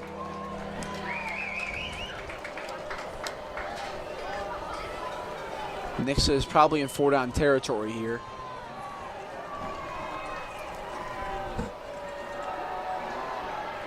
McKnight finds Flint. Spin move. 5.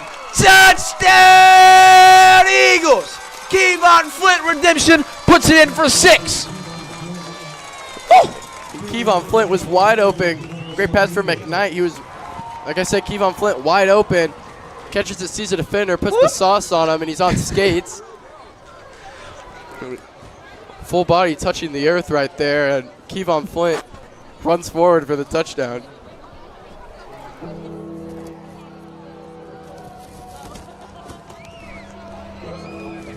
What? No. Holding on Nixa.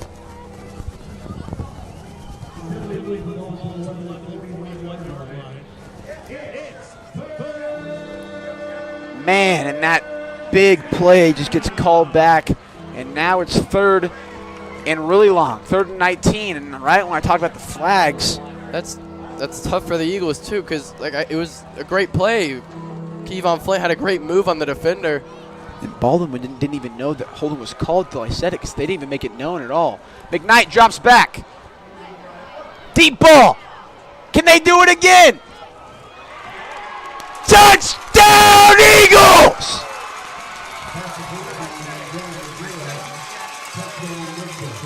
Dylan Rivera can catch it and run it. 27-6. Wow. Electrifying. And what a throw from McKnight too. Safety and cornerback there trying to guard Rivera. He gets past him and he's open near the pylon. And McKnight places it perfectly over the shoulder, his back shoulder, where no one else can get it. And all it was up to was Rivera to catch, and he had great hands there. Great throw, great catch by McKnight, or great throw by McKnight, great catch by Rivera. And man, that's a way to respond to the penalty. 27.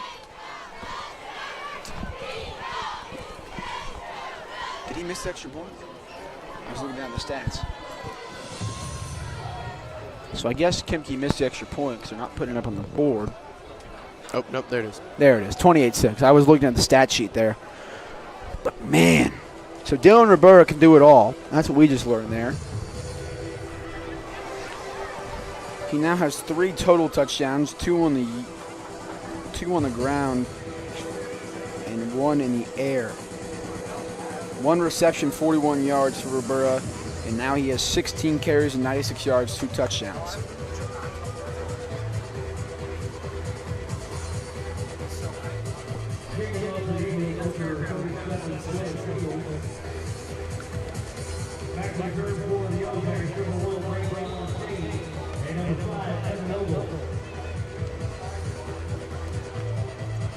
Jonah Fields back to kick for the Eagles.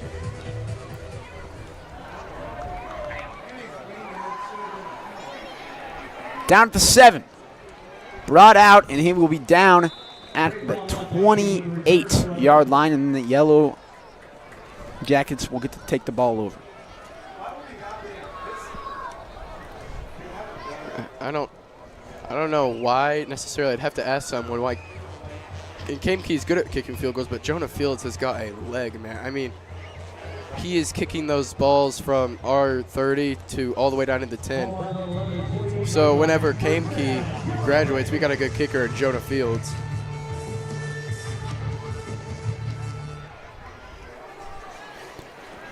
Handoff right side. Enormous hit coming in. Glendenning runs with his head straight out. That's super dangerous for any running back to do.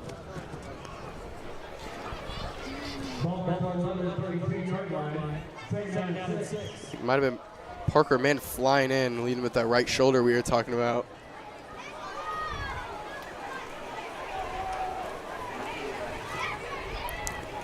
Handoff, and he's swallowed up immediately. And this Nixa defense is starting to get a grip of what's going on. 3rd and 7.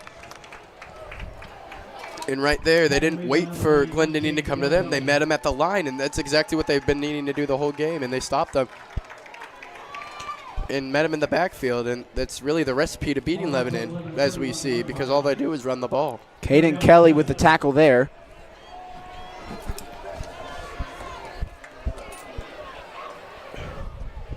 Motion fakes the pitch. He's rolling out to pass and can't hold on to it. This Lebanon passing game just can't get itself going, and now the punt team has to come out. And not a bad pass from their quarterback right there, but it was just a dart on maybe a 4-yard dump-off pass, and it's just he wasn't able to hold on Glendale. That's the first good throw Beckett York's had today, and his receiver dropped it. Now they're forced to punt. 4th and 6. Can they get it again? I think he got a little bit of it. Kevon Flint will pick it up. Heading right, and he'll be taken down at the 48.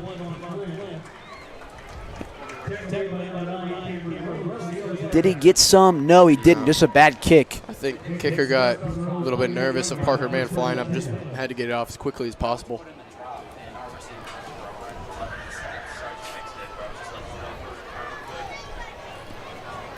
.8:22 remaining in this third quarter. Nixa leads 28-6, 28 unanswered in this one.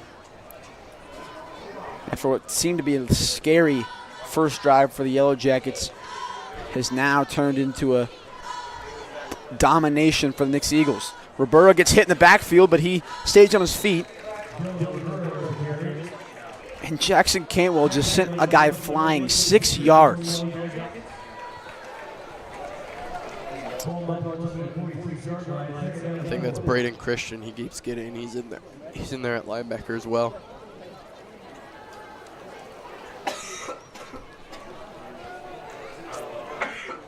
Second and 4. McKnight rolling out right. Has Johnson. Now he's looking for Flint. Pass interference should be called. No flag comes out. That's just... I couldn't quite see if he had his head turned or not. That'll be the deciding factor on if this was pass interference or not. We're going to have a great view here. No. Oh, there's that. Turns it at the end. But there's lots of lot of contact so it's an there. iffy call. But I could see the argument for either way, though. Yeah, he had his head turned. Could see he was trying to make a play on the ball, but lots of contact. It's the elbow that was in the neck region of Kevon Flint. That's the whole problem, I'd say there. 3rd and 4.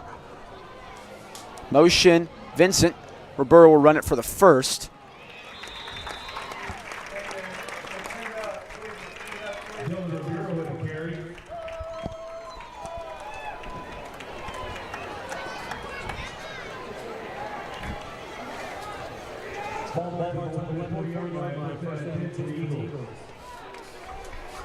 First and 10 for Nixa on Lebanon's 40-yard line.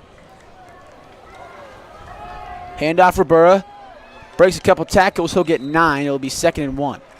Cantwell keeps pancaking people there again. Victim was Cameron Rose that time. And Ribera, he hit it last play, but now mentioning it, he just crossed the century mark for yards once again.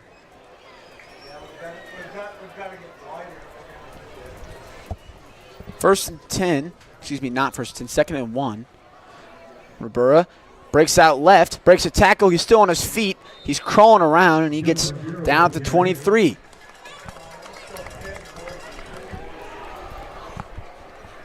Feed Ribera, he's hungry.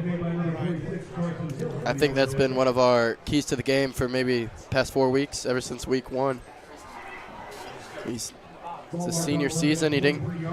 He split snaps with Malachi Ryder last year and still got 1,200 yards, and he's on the season. He's about to pass that in the next 2 games. McKnight couldn't get it to Vincent there. I don't know what happened. It's Tom's. Ball remains on the 11 and 23-yard line. 2nd down and 10.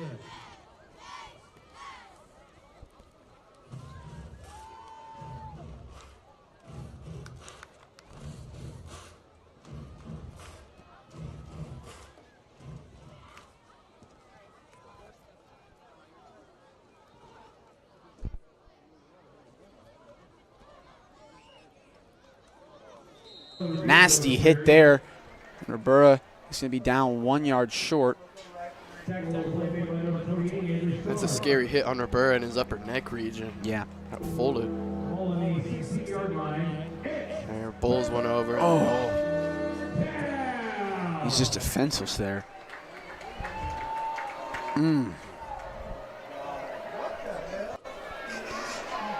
McKnight keeps it, trucks one. He's still on his feet. He'll get the first.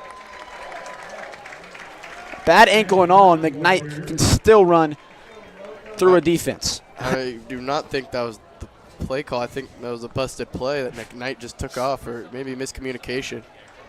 Yeah. See, I thought you couldn't have drones over the field of play, and there's literally just a drone hanging right above the line of scrimmage.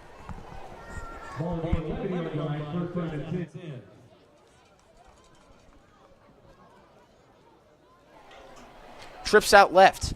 McKnight takes a snap, looks left, screen pass to Flint. Flint catches it. Good block there, and he'll run in for the touchdown.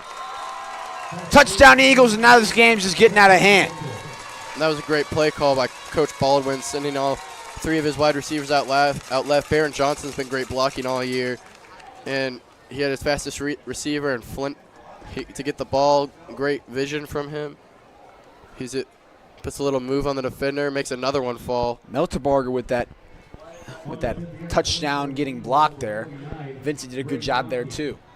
Kimke back to kick to extend this lead even more. It'll be good. He's perfect today, 35-6.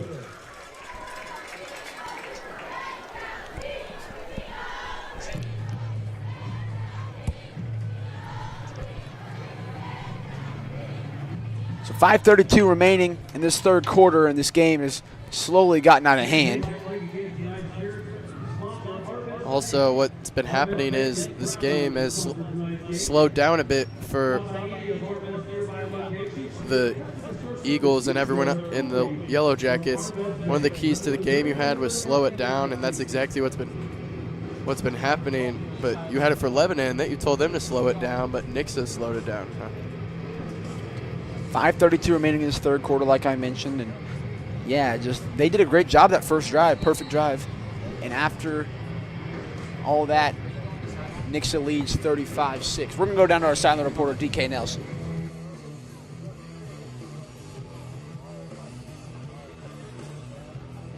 Kicking off for the Eagles, number 37, Jonas. Back for the Yellow Jackets, number 1, Braden LaMontagne, and number 5, Evan Ogle.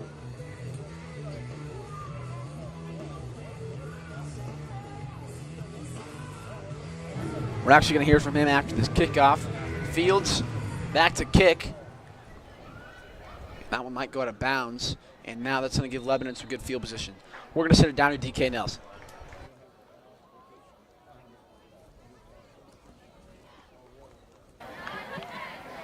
DK Nelson reporting live from Lebanon.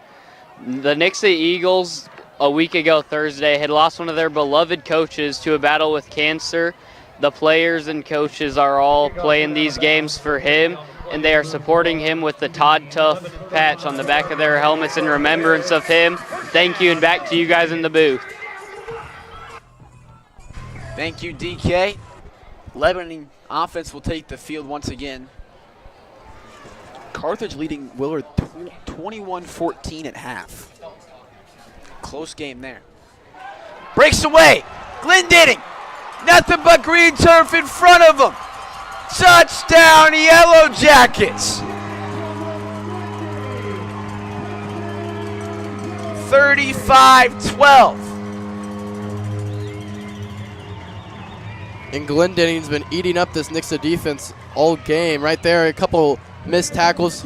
He broke, and then he saw a hole right side in between the guard and tackle, and he took it all the way to the house. No one in the second level to stop him. And now the all-time leader in career rushing yards for Lebanon, I think. And offense is going to stay on the field here as they're going to go for two in a much-needed situation. 2-point conversion coming up. But yes, to confirm, Glendenning now leading rusher in Yellow Jackets history. Rolls out left. Picked off! Randy Flint, one man to beat. What?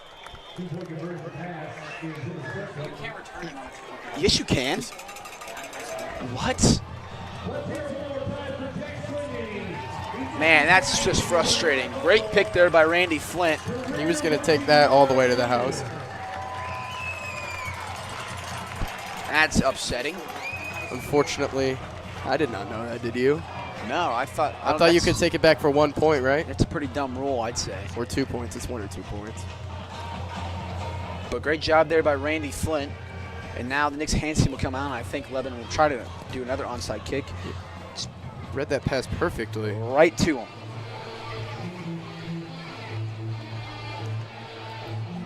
So does he get the stat for that or no? Probably not.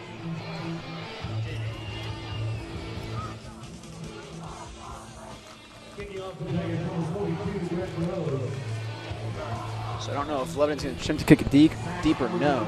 They will not be. They'll be going right at Lane Meltebarger, Brady Reedzone, Adam McKnight, and Kevon Flint.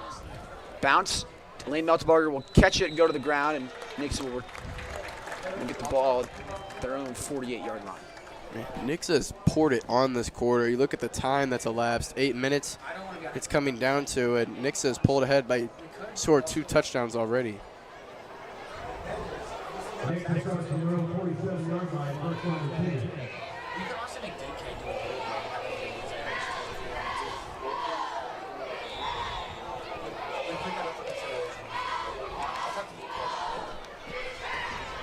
$35-12.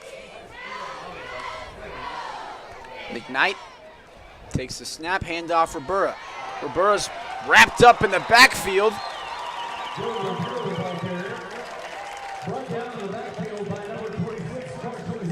The offensive line just kind of fell apart there.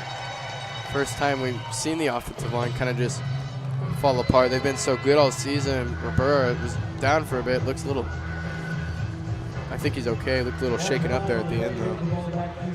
Looks around the COC. Joplin leads Republic 24-21 at half. Neosho 21-14 in the third quarter. Carthage 21-14 over Willard at half. And Kickapoo and Glendale played yesterday as the offensive line collapsed again. McKnight hits wide open Meltebarger. He'll be down at about the 36. And this offensive line is just collapsing more than we've seen all season. But that was a great awareness play by the offensive line. I couldn't quite see who it was, but they laid a good block in the backfield that allowed McKnight not to get sacked or make that pass. Made up for the problem. But, yeah, this offensive line has been very good this year, but past 2 plays, not been their best work.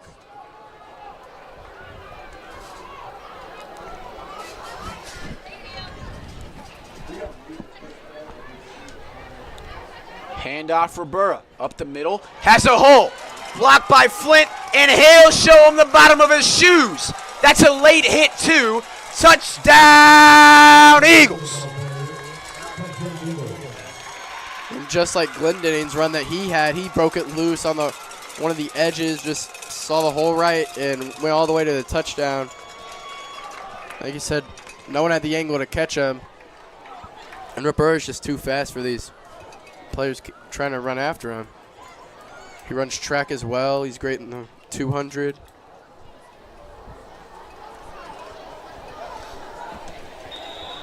$41-12.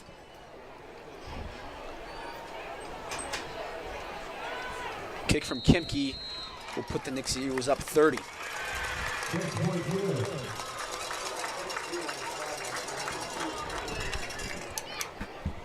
Man, this has just been quite the game. I mean, I thought this game was going to be boring after that first drive. I was like, oh no, we're in front of the Republic. But no, this game's been pretty entertaining, high scoring.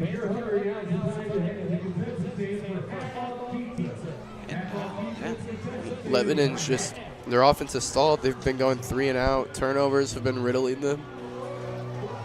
Offense just was not what it has been in the first half. Except for that one Glendenning touchdown I am forgetting, but other than that.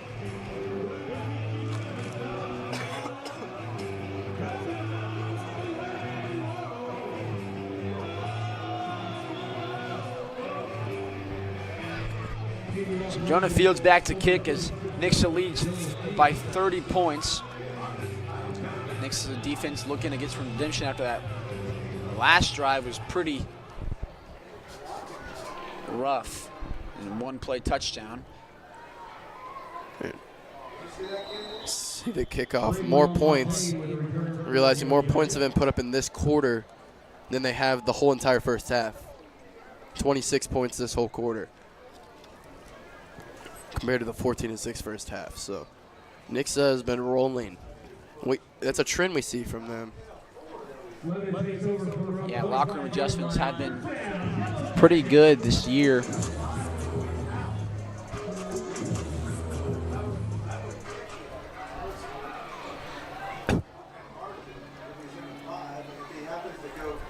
York tries to get him to jump off sides, can't.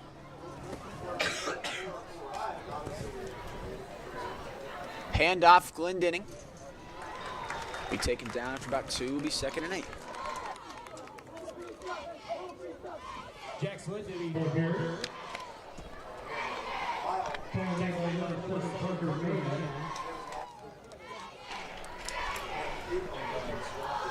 Second and 8 for the Yellow Jackets coming up. 2nd and 7, excuse me.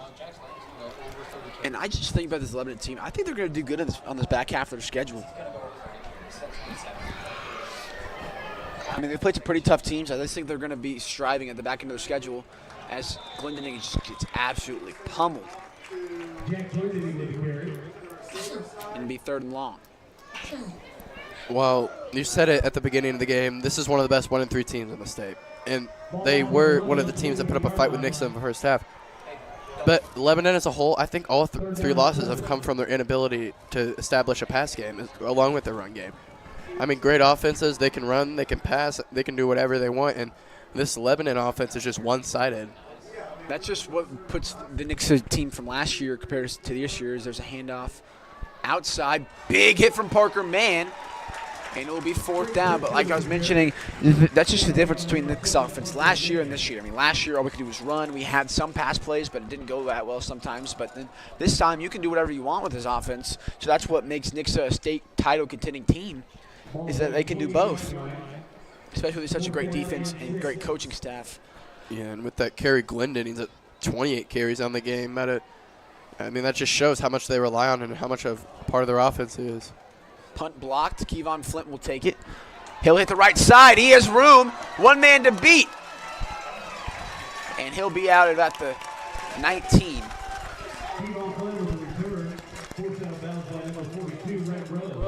And now we're going to look at... Never mind, we'll do that later. At the end of the quarter, I think. But 42-12, and now Nixa has some great field position. And starters will roll out here. Just look at the game comparisons. Nixa 135 yards on 5 completions, 25 attempts, 160 on the ground, 295 total yards of offense, 216 total yards of offense for Lebanon. That's all rushing. 8.7 yards per play for Nixa, and that's the one turnover is supposed to be on Lebanon, not Nixa. I think that one's flipped. But Nixa winning the turnover battle, like I said, would be a huge contribution to this game. Another screen pass for Flint. He'll get about 2 yards short of the line to gain. He'll be 2nd and 2.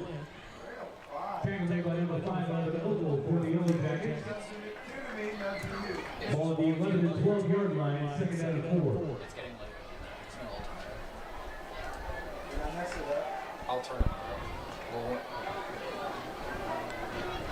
As I said, when he scores, you're not going to want to go back. So Webb City has tied it up with Carthage 21-21. Excuse me, Webb City has tied it up with Neosho as Dylan Roberta punches in for another touchdown. It'll be 48-12, but Neosho is tied up with Webb City. Webb City tied it up after being down 21-14, and then Webb City got an onside kick, and now they have possession. Roberta has hit his 4th touchdown now of the day. Is that just rushing, or is that including his passing with 1 too? Receiving 1 too. That one's just rushing. So 5 total. 5 total touchdowns for him. Yeah, fantasy superstar. And I'm going to start working on my player of the game poll. And the extra point is good. But Roberta, he's had 5 touchdowns in total 2 times now this season. Could get 6 today. He's well over enough time to do it. I think no one's going to be able to find a stop for him until we see the Rockhursts or the Lee Summit Norths or those better teams in the Kansas City and St. Louis area. Yeah, 100%. This Nixa back into the schedule is pretty rough, as they are facing probably some of the most bottom feeding teams in the COC. So it's going to be a rough go for any team that's in their way for the rest of the season, as they've gotten all like the really competitive teams out of the way. I've never said this before, but I really want to see Nixa versus Neosho, but they're not on the schedule, so we won't see them. Neosho has been surprising this season. Usually one of those teams you look at to not do much, but they're 4-0, looking to be 5-0, and they would be the only undefeated team with Nixa. Jonah Fields kicks it deep. Returner hits right. He'll be down to the 24.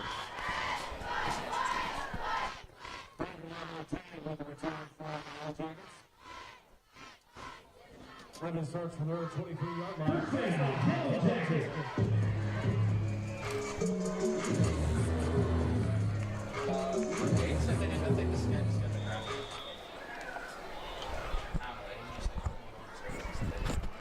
First and 10.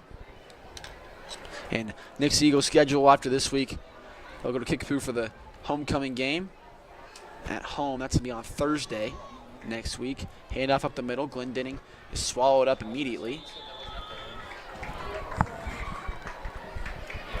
And then now after Kickapoo, they will put the graphic back up.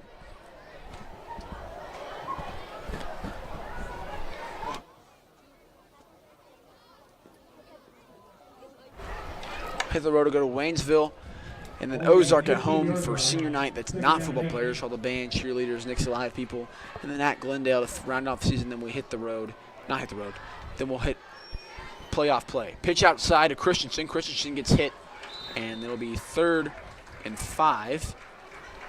That'll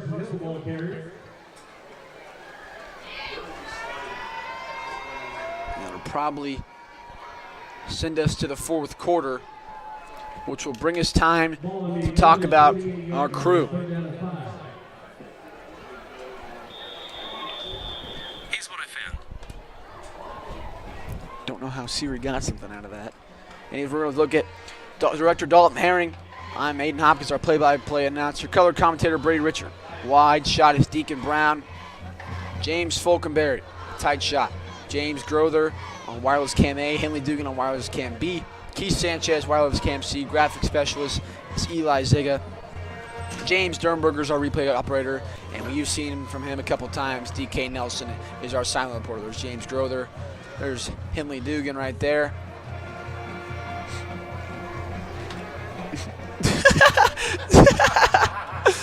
That is awesome. We're on camera, buddy. Oh, what a guy. 3rd and 5 for the Lebanon Yellow Jackets. The field will flip.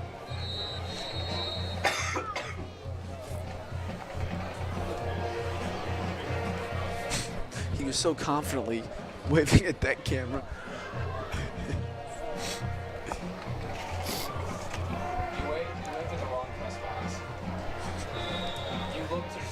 Ball on the 28-yard line, put down 5. 3rd and 5 for Lebanon. Pitches it reverse.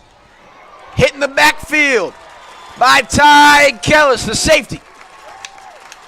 And now it'll be 4th down for Lebanon, and the punt team will hit the field once again. An amazing play by Ty Kellis, stayed on his side, and that pitch, I haven't seen a lot of trickery or different stuff from Lebanon like that, but there they run it, and Ty Kellis stays over there. He was our player of the game last week. It's been kind of quiet today, but there comes up big to force a 4th down. I just don't know why they have their 3 punt blockers, like 2 of them up front.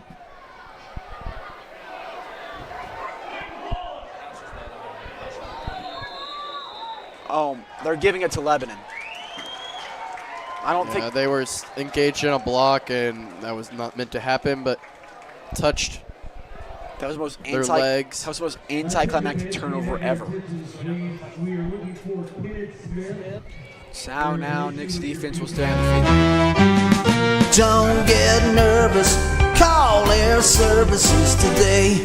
Don't fumble when it comes to your home's comfort. Our air services team is on the ball with all your HVAC, plumbing, and electrical needs. With over 60 years of expertise, we offer fast same-day service, top quality products, and 100% satisfaction guarantee. Home issues shouldn't sideline your day. Get in touch with us today and score your peace of mind. Don't get nervous, call Air Services today.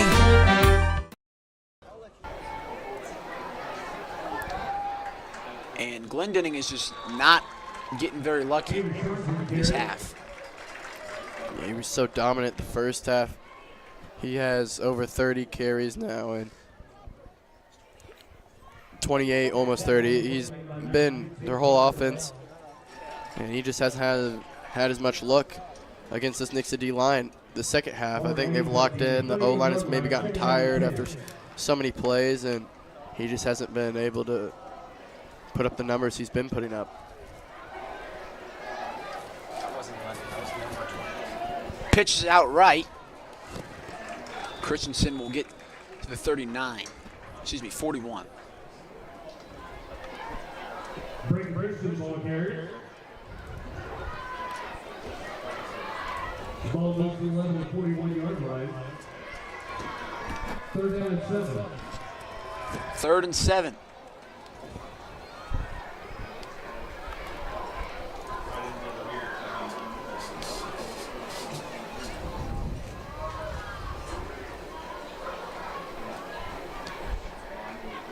York will keep it and just gets absolutely pummeled. And it'll be 4th down. And now the punt team will come out once again. And down by so much, 49-12, you don't want to bring out the punt team, but they've no other option. Means deep in their territory and their offense has just been non-existent recently. 4th down and 6.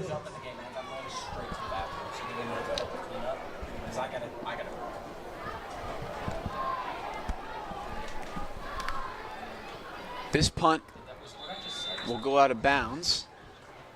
I can't find a single update on the Ozark game. It's the only one I can't find, which is a shame.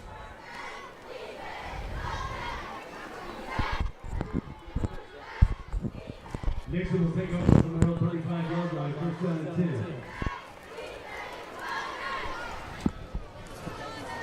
10. Nixa looks to bring in some of their backups to close this game out. Gibson, Meisner, Cade Shaw, some of them getting action now. Adam McKnight will leave the field. Maddox Gibson will come on. Cade Shaw, Matthew Meisner, Dylan Ribera, Brady Reetone and Owen Locke. Actually, is Brady on the field? Number 20, Cade Shaw, the ball carrier.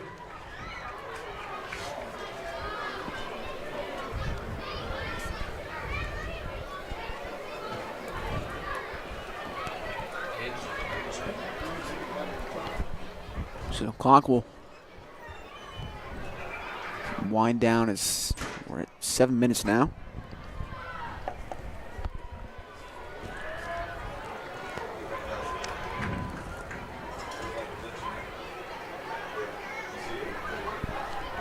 Cade Shaw will hit a hole. He'll get the first. And man, that's what I'm talking about. This Nixa running back room is so good. Yeah, and they're all kind of smaller. Cade Shaw, just looking at him, looks at a smaller, bigger, bulky frame. Same with Dylan Ribera, but they both have great speed and great vision. They're able to hit holes, especially behind this great offensive line.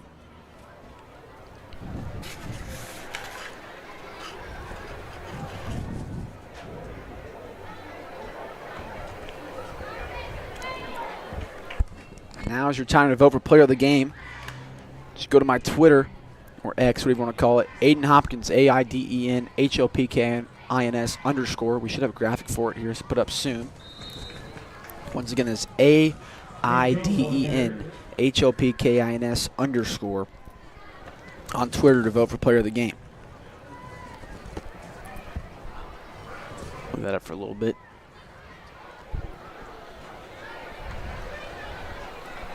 So it'll be 2nd and 10. Nixa looking to chew as much clock as they can, get out of this game quickly.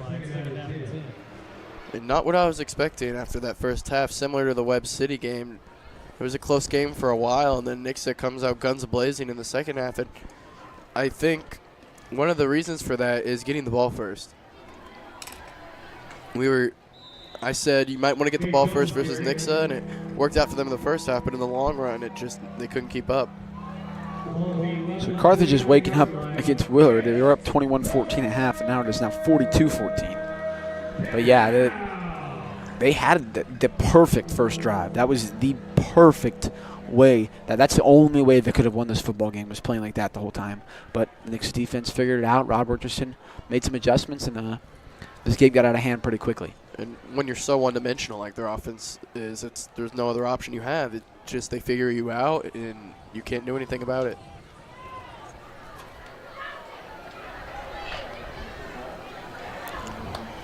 Up the middle. Now it'll be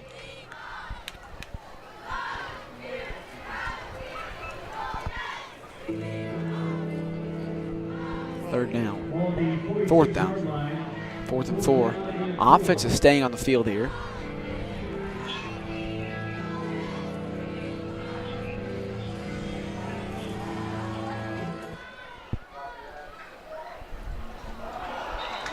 And they jumped. First down, Nixa.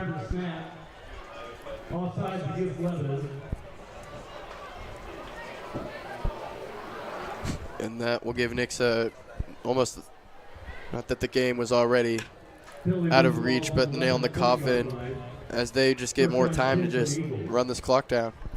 And you could hear the frustration upstairs. That is where Lebanon's coaching staff is. You just feel a big shake in the box. They slammed it. The same thing when that, I think it was a punt got blocked or a fumble. You just heard something crash up there.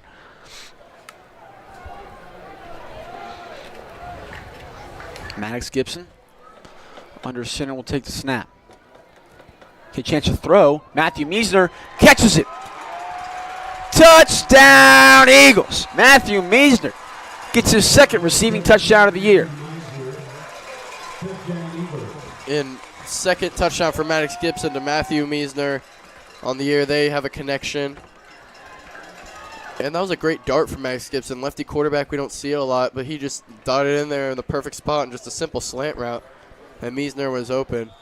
He runs it all the way into the end zone and gives a little flex to the camera to show that they've been dominating. 55 points now, looking to make it 56. And then Lebanon coaching staff on the sideline looks absolutely livid right now. I mean, they are not happy. I don't know if it's a matter of fact that they're mad that Nixa is continuing to try to score, or the fact that their defense let up another touchdown. But I looked at the reporting of Nixa's sideline, like putting their hands up, but it's COC varsity football, and I don't think they're very happy about what happened. Yeah, this might be your welcome to the COC moment. You play the best team in the COC, and they just keep pouring it on you. But that's kind of what Nixa has to do in these situations. You don't want to play these lower level teams, like you said, in the back half, go to the playoffs and just not expect it. You got to keep being competitive and keep the foot on the pedal. I mean, also you have to think like these are some players that don't get that much varsity time, and this is their chance to have an opportunity. That's a great catch, a great ball from Maddox Gibson, a great catch from Matthew Meisner there.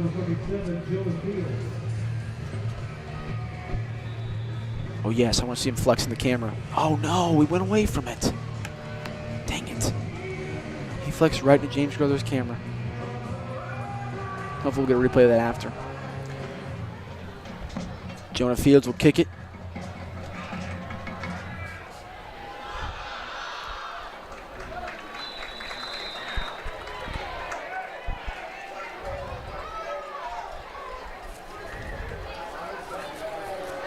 Yeah, there's what a great shot there.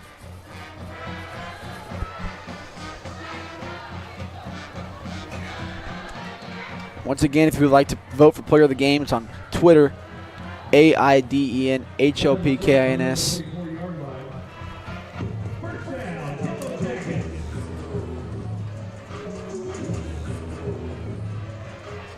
got an update for the Ozark game. 14-7. Wait, which team's which? Yeah, Ozark leading 14-7. That's set in the second quarter. I don't know where they're at now, but it's a close one there.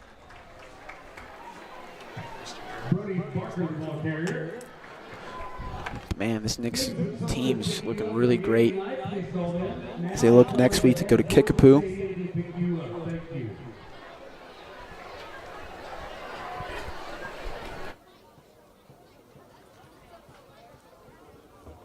Ball at the 30-yard line, 2nd down and 4.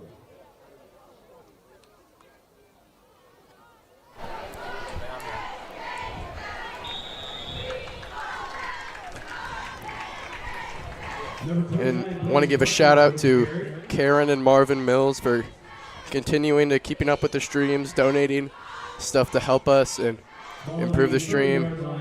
Thank you for the support. If you'd like to donate, scan that QR code right there. And we want to thank everyone for everything they've given us. If you donate batteries to us, I mean, at halftime they were up to 80% still, and that's very impressive considering that usually they're at about 0 with the other batteries we have. So really thankful. We're using everything that comes in. New headset someone got us. There's so many great things that you've gotten us. We really appreciate that.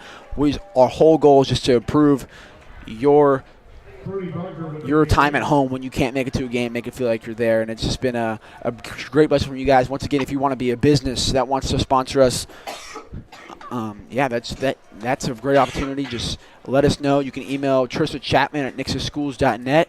You can email Jordan Burns at nixaschools.net if you would like to become a sponsor for us, as the Lebanon punt team will come out. And nobody from Nixa will even get close to it this time. And now we're going to head to DK Nelson for our silent report.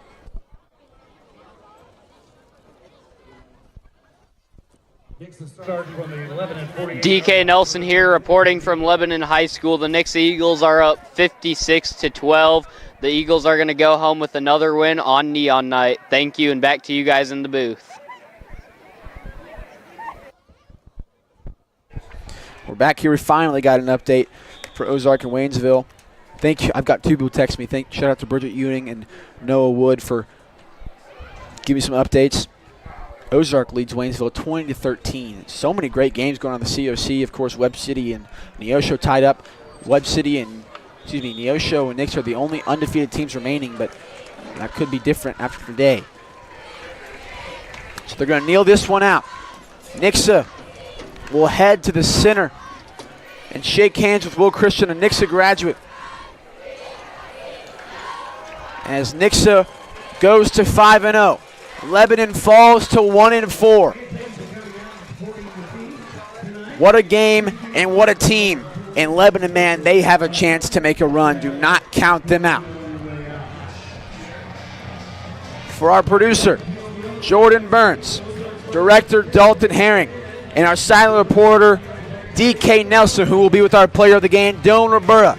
Nixa wins 56-12. 5-0 now. Thank you guys for tuning in. Have a wonderful night. We'll see you guys next Thursday against the Kickapoo Chiefs.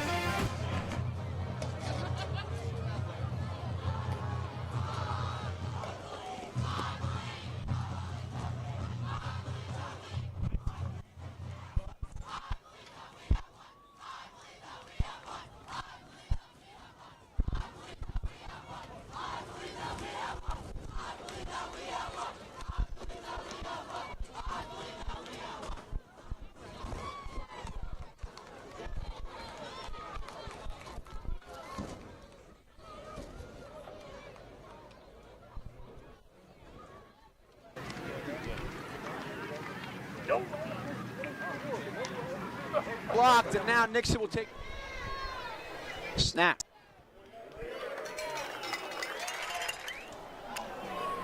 Pitches outside. Big hole. Glendenning. McKnight. Snap. Keeps it himself. Rolls out left. Has Vincent. Gets him. 10. Touchdown Eagles. McKnight finds Flint. Spin move. 5. Touchdown! Didn't even know that holding was called until I said it, because they didn't even make it known at all. McKnight drops back. Deep ball. Can they do it again? Touchdown, Eagles! Handoff, and he's swallowed up immediately. And this Nixa defense, close game there. Breaks away. Glendinning. Nothing but green turf in front of him. Touchdown, Yellow Jackets. Rolls out left. Picked off. Randy Flitt. One man to beat. What?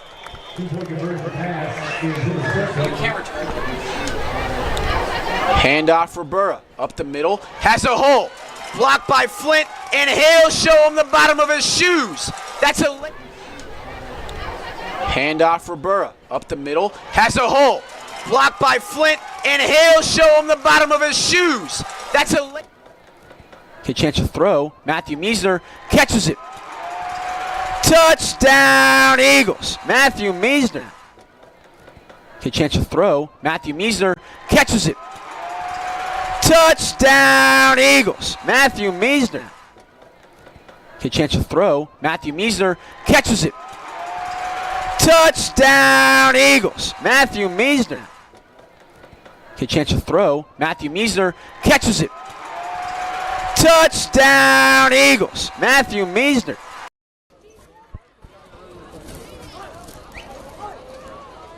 Like I said, it feels great, you know. It's great to play against this line. Great atmosphere. I love Nixa. A lot of people don't get to do that, so. You mentioned earlier in one of our previous interviews that you were an underdog in scouting. Do you feel like each and every game has an added importance to how you play? Yeah, I know there's coaches out here. I know I'm going to be on their scouting list no matter what, so, I mean, I'm going to keep working no matter what. Thank you and good luck on the rest of the season. Don't fumble when it comes to your home's comfort. Our air services team is on the ball with all your HVAC, plumbing, and electrical needs. We offer fast, same-day service, top-quality products. Get in touch with us today and score your peace of mind. Don't get nervous, call Air Services today. Air Services is ready to install your ultimate game day upgrade. Make your home the MVP of your neighborhood with gemstone lights. Create custom patterns, animations, and colors. Get gemstone lights today and take your outdoor lighting game to the next level. Don't get nervous, call Air Services today.